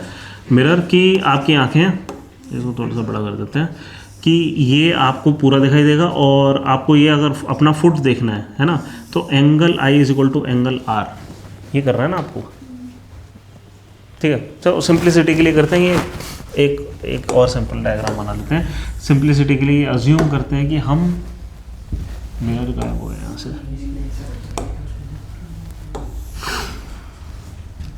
सिंप्लिसिटी के लिए यहीं पे हमारी आंखें एकदम टॉप पर ही, ठीक है, और हमें मिरर यूज़ करना है, ठीक है। तो ये तो यहीं तक आ गया, और अगर आपको ये फुट देखना है तो आपको क्या चाहिए, एकदम बीच में ये चाहिए ना, आपको ये फुट दिखाई दे जाएगा। तो आपको कितना मिरर चाहिए, खाली इतना मिरर चाहिए, इससे नीचे कुछ चाहिए ही नहीं। कितना मिरर चाहिए, आपके हाइट का आधा, ठीक है, बस। अच्छा, अब सवाल, एक और सवाल अक्सर जो पूछ लिया जाता है क्या, कि अगर हम मिरर से दूर जाएंगे तो हमारी इमेज का साइज छोटा होगा या बड़ा होगा? छोटा था, आर यू श्योर? छोटी तो थी। नहीं, एकदम बराबर रहेगा। कितना भी पीछे चले जाओ, इमेज का साइज एग्जैक्टली सेम रहेगा। इस चीज़ को कितना भी पीछे ले जाओ, ठीक है, आपको वर्चुअल इमेज उतनी ही बड़ी मिल रही है ना। यहाँ मैंने डी डिफाइन तो नहीं करा कि 1 मीटर पीछे खड़े हो, उससे इंडिपेंडेंटली इतनी ही आपको जो साइज़ है वो मिल रहा है, कोई फ़र्क नहीं, तो इमेज साइड हट जाएगी, है। अच्छा हाँ, अब सवाल एक और, क्या अगर हम वर्टिकली इन्वर्ट नहीं होते तो जो हमारे यहाँ पे चीज़ें लिखी होती हैं वो लेटरली क्यों इन्वर्ट हो जाती हैं? एक और सवाल, हम अपने आप को तो सामने ही हूँ, वर्टिकली तो हम इन्वर्ट नहीं हो रहे। दिखते हैं ना फिर हम भी उसमें हम तो उल्टे नहीं दिखते। लाइक उल्टे दिखते हैं। क्या है? कैमरे की जो सेल्फी लो, मिरर में जो देखो, दोनों में वो लिटरल इन्वर्जन हो गया ना। हम इस साइड से यूं हो गए, बट हम इस साइड से क्यों नहीं हो गए? क्या कहते हैं, मतलब जो लॉज ऑफ नेचर हैं वो हॉरिजॉन्टली अलग होते हैं, वर्टिकली अलग होते हैं। नहीं, ये इसलिए हो रहा है क्योंकि हमारी आंखें ऐसी हैं, क्योंकि हमारी आंखें हॉरिजॉन्टल हैं। और इनकी आंखें छोटी है, है तो horizontal। हॉरिजॉन्टल हैं फिर भी। अगर हम ऐसे देखें तो vertical। हाँ मतलब ठीक है, मतलब आप समझ रहे हो क्या हो रहा है कि हम एक्चुअली क्या है, पढ़ते लेफ़्ट टू राइट हैं, ठीक है, और हमें एग्जैक्टली सेम चीज़ यूँ देखा, मतलब वैसे दिखाई दे रही है कि हम लेफ़्ट वाली चीज़ लेफ़्ट में दिखाई दे रही है, राइट वाली चीज़ राइट में दिखाई दे रही है। इस वजह से अब क्या है कि वो चीज़, मतलब ऐसा हो गया कि अपसाइड डाउन क्यों नहीं दिखाई देते? हाँ जी, अपसाइड डाउन क्यों नहीं दिखाई देते, आप ये पूछ रहे हो, या फिर लेफ्ट राइट क्यों नहीं चेंज? नहीं, मैं ये कह रहा हूँ कि हमें जो पढ़ा हुआ लिखा हुआ होता है वहाँ पे, वो इन्वर्टेड क्यों दिखाई देता है? आप समझ रहे हैं इसको? हाँ, ये क्यों, ए में प्रॉब्लम नहीं आएगी, ये आपको यही दिखाई देगा। जब बी आप पढ़ोगे तो वो बी इस तरीके से दिखाई देगा, है ना। वो किस वजह से हो रहा है? क्योंकि हमारी आंखें हॉरिजॉन्टल हैं, वो इस वजह से ऐसा हो रहा है ना, कि वो हम उस तरीके से रजिस्टर कर रहे हैं इस चीज़ को, बस है। मतलब आप सर को यूँ घुमाना चाह रहे हो, हैं? थोड़ी हॉरिजॉन्टल ज़्यादा है, पर vertical में दो आंखें अलग अलग, इस दो आंखें अलग अलग कैप्चर कर रही हैं हॉरिजॉन्टल चीज़ को, इसलिए मैं कह रहा हूँ। तो उनकी लेंथ वर्टिकल में नहीं, वर्टिकल में इतना वो, कह रहे विड्थ भी तो है, लेंथ है तो। बट फिर भी हम सेम लेवल पे सब रजिस्टर कर रहे हैं ना, इसलिए ठीक है। एनीवे आगे चलते हैं। हमें करने थे लेंसेज, बट लेंसेज हम नहीं कर पाएंगे आज, ठीक है, कल करेंगे फिर लेंसेज और टेलीस्कोप्स। टेलीस्कोप्स जितने भी हैं अभी हमारे इम्पोर्टेंट,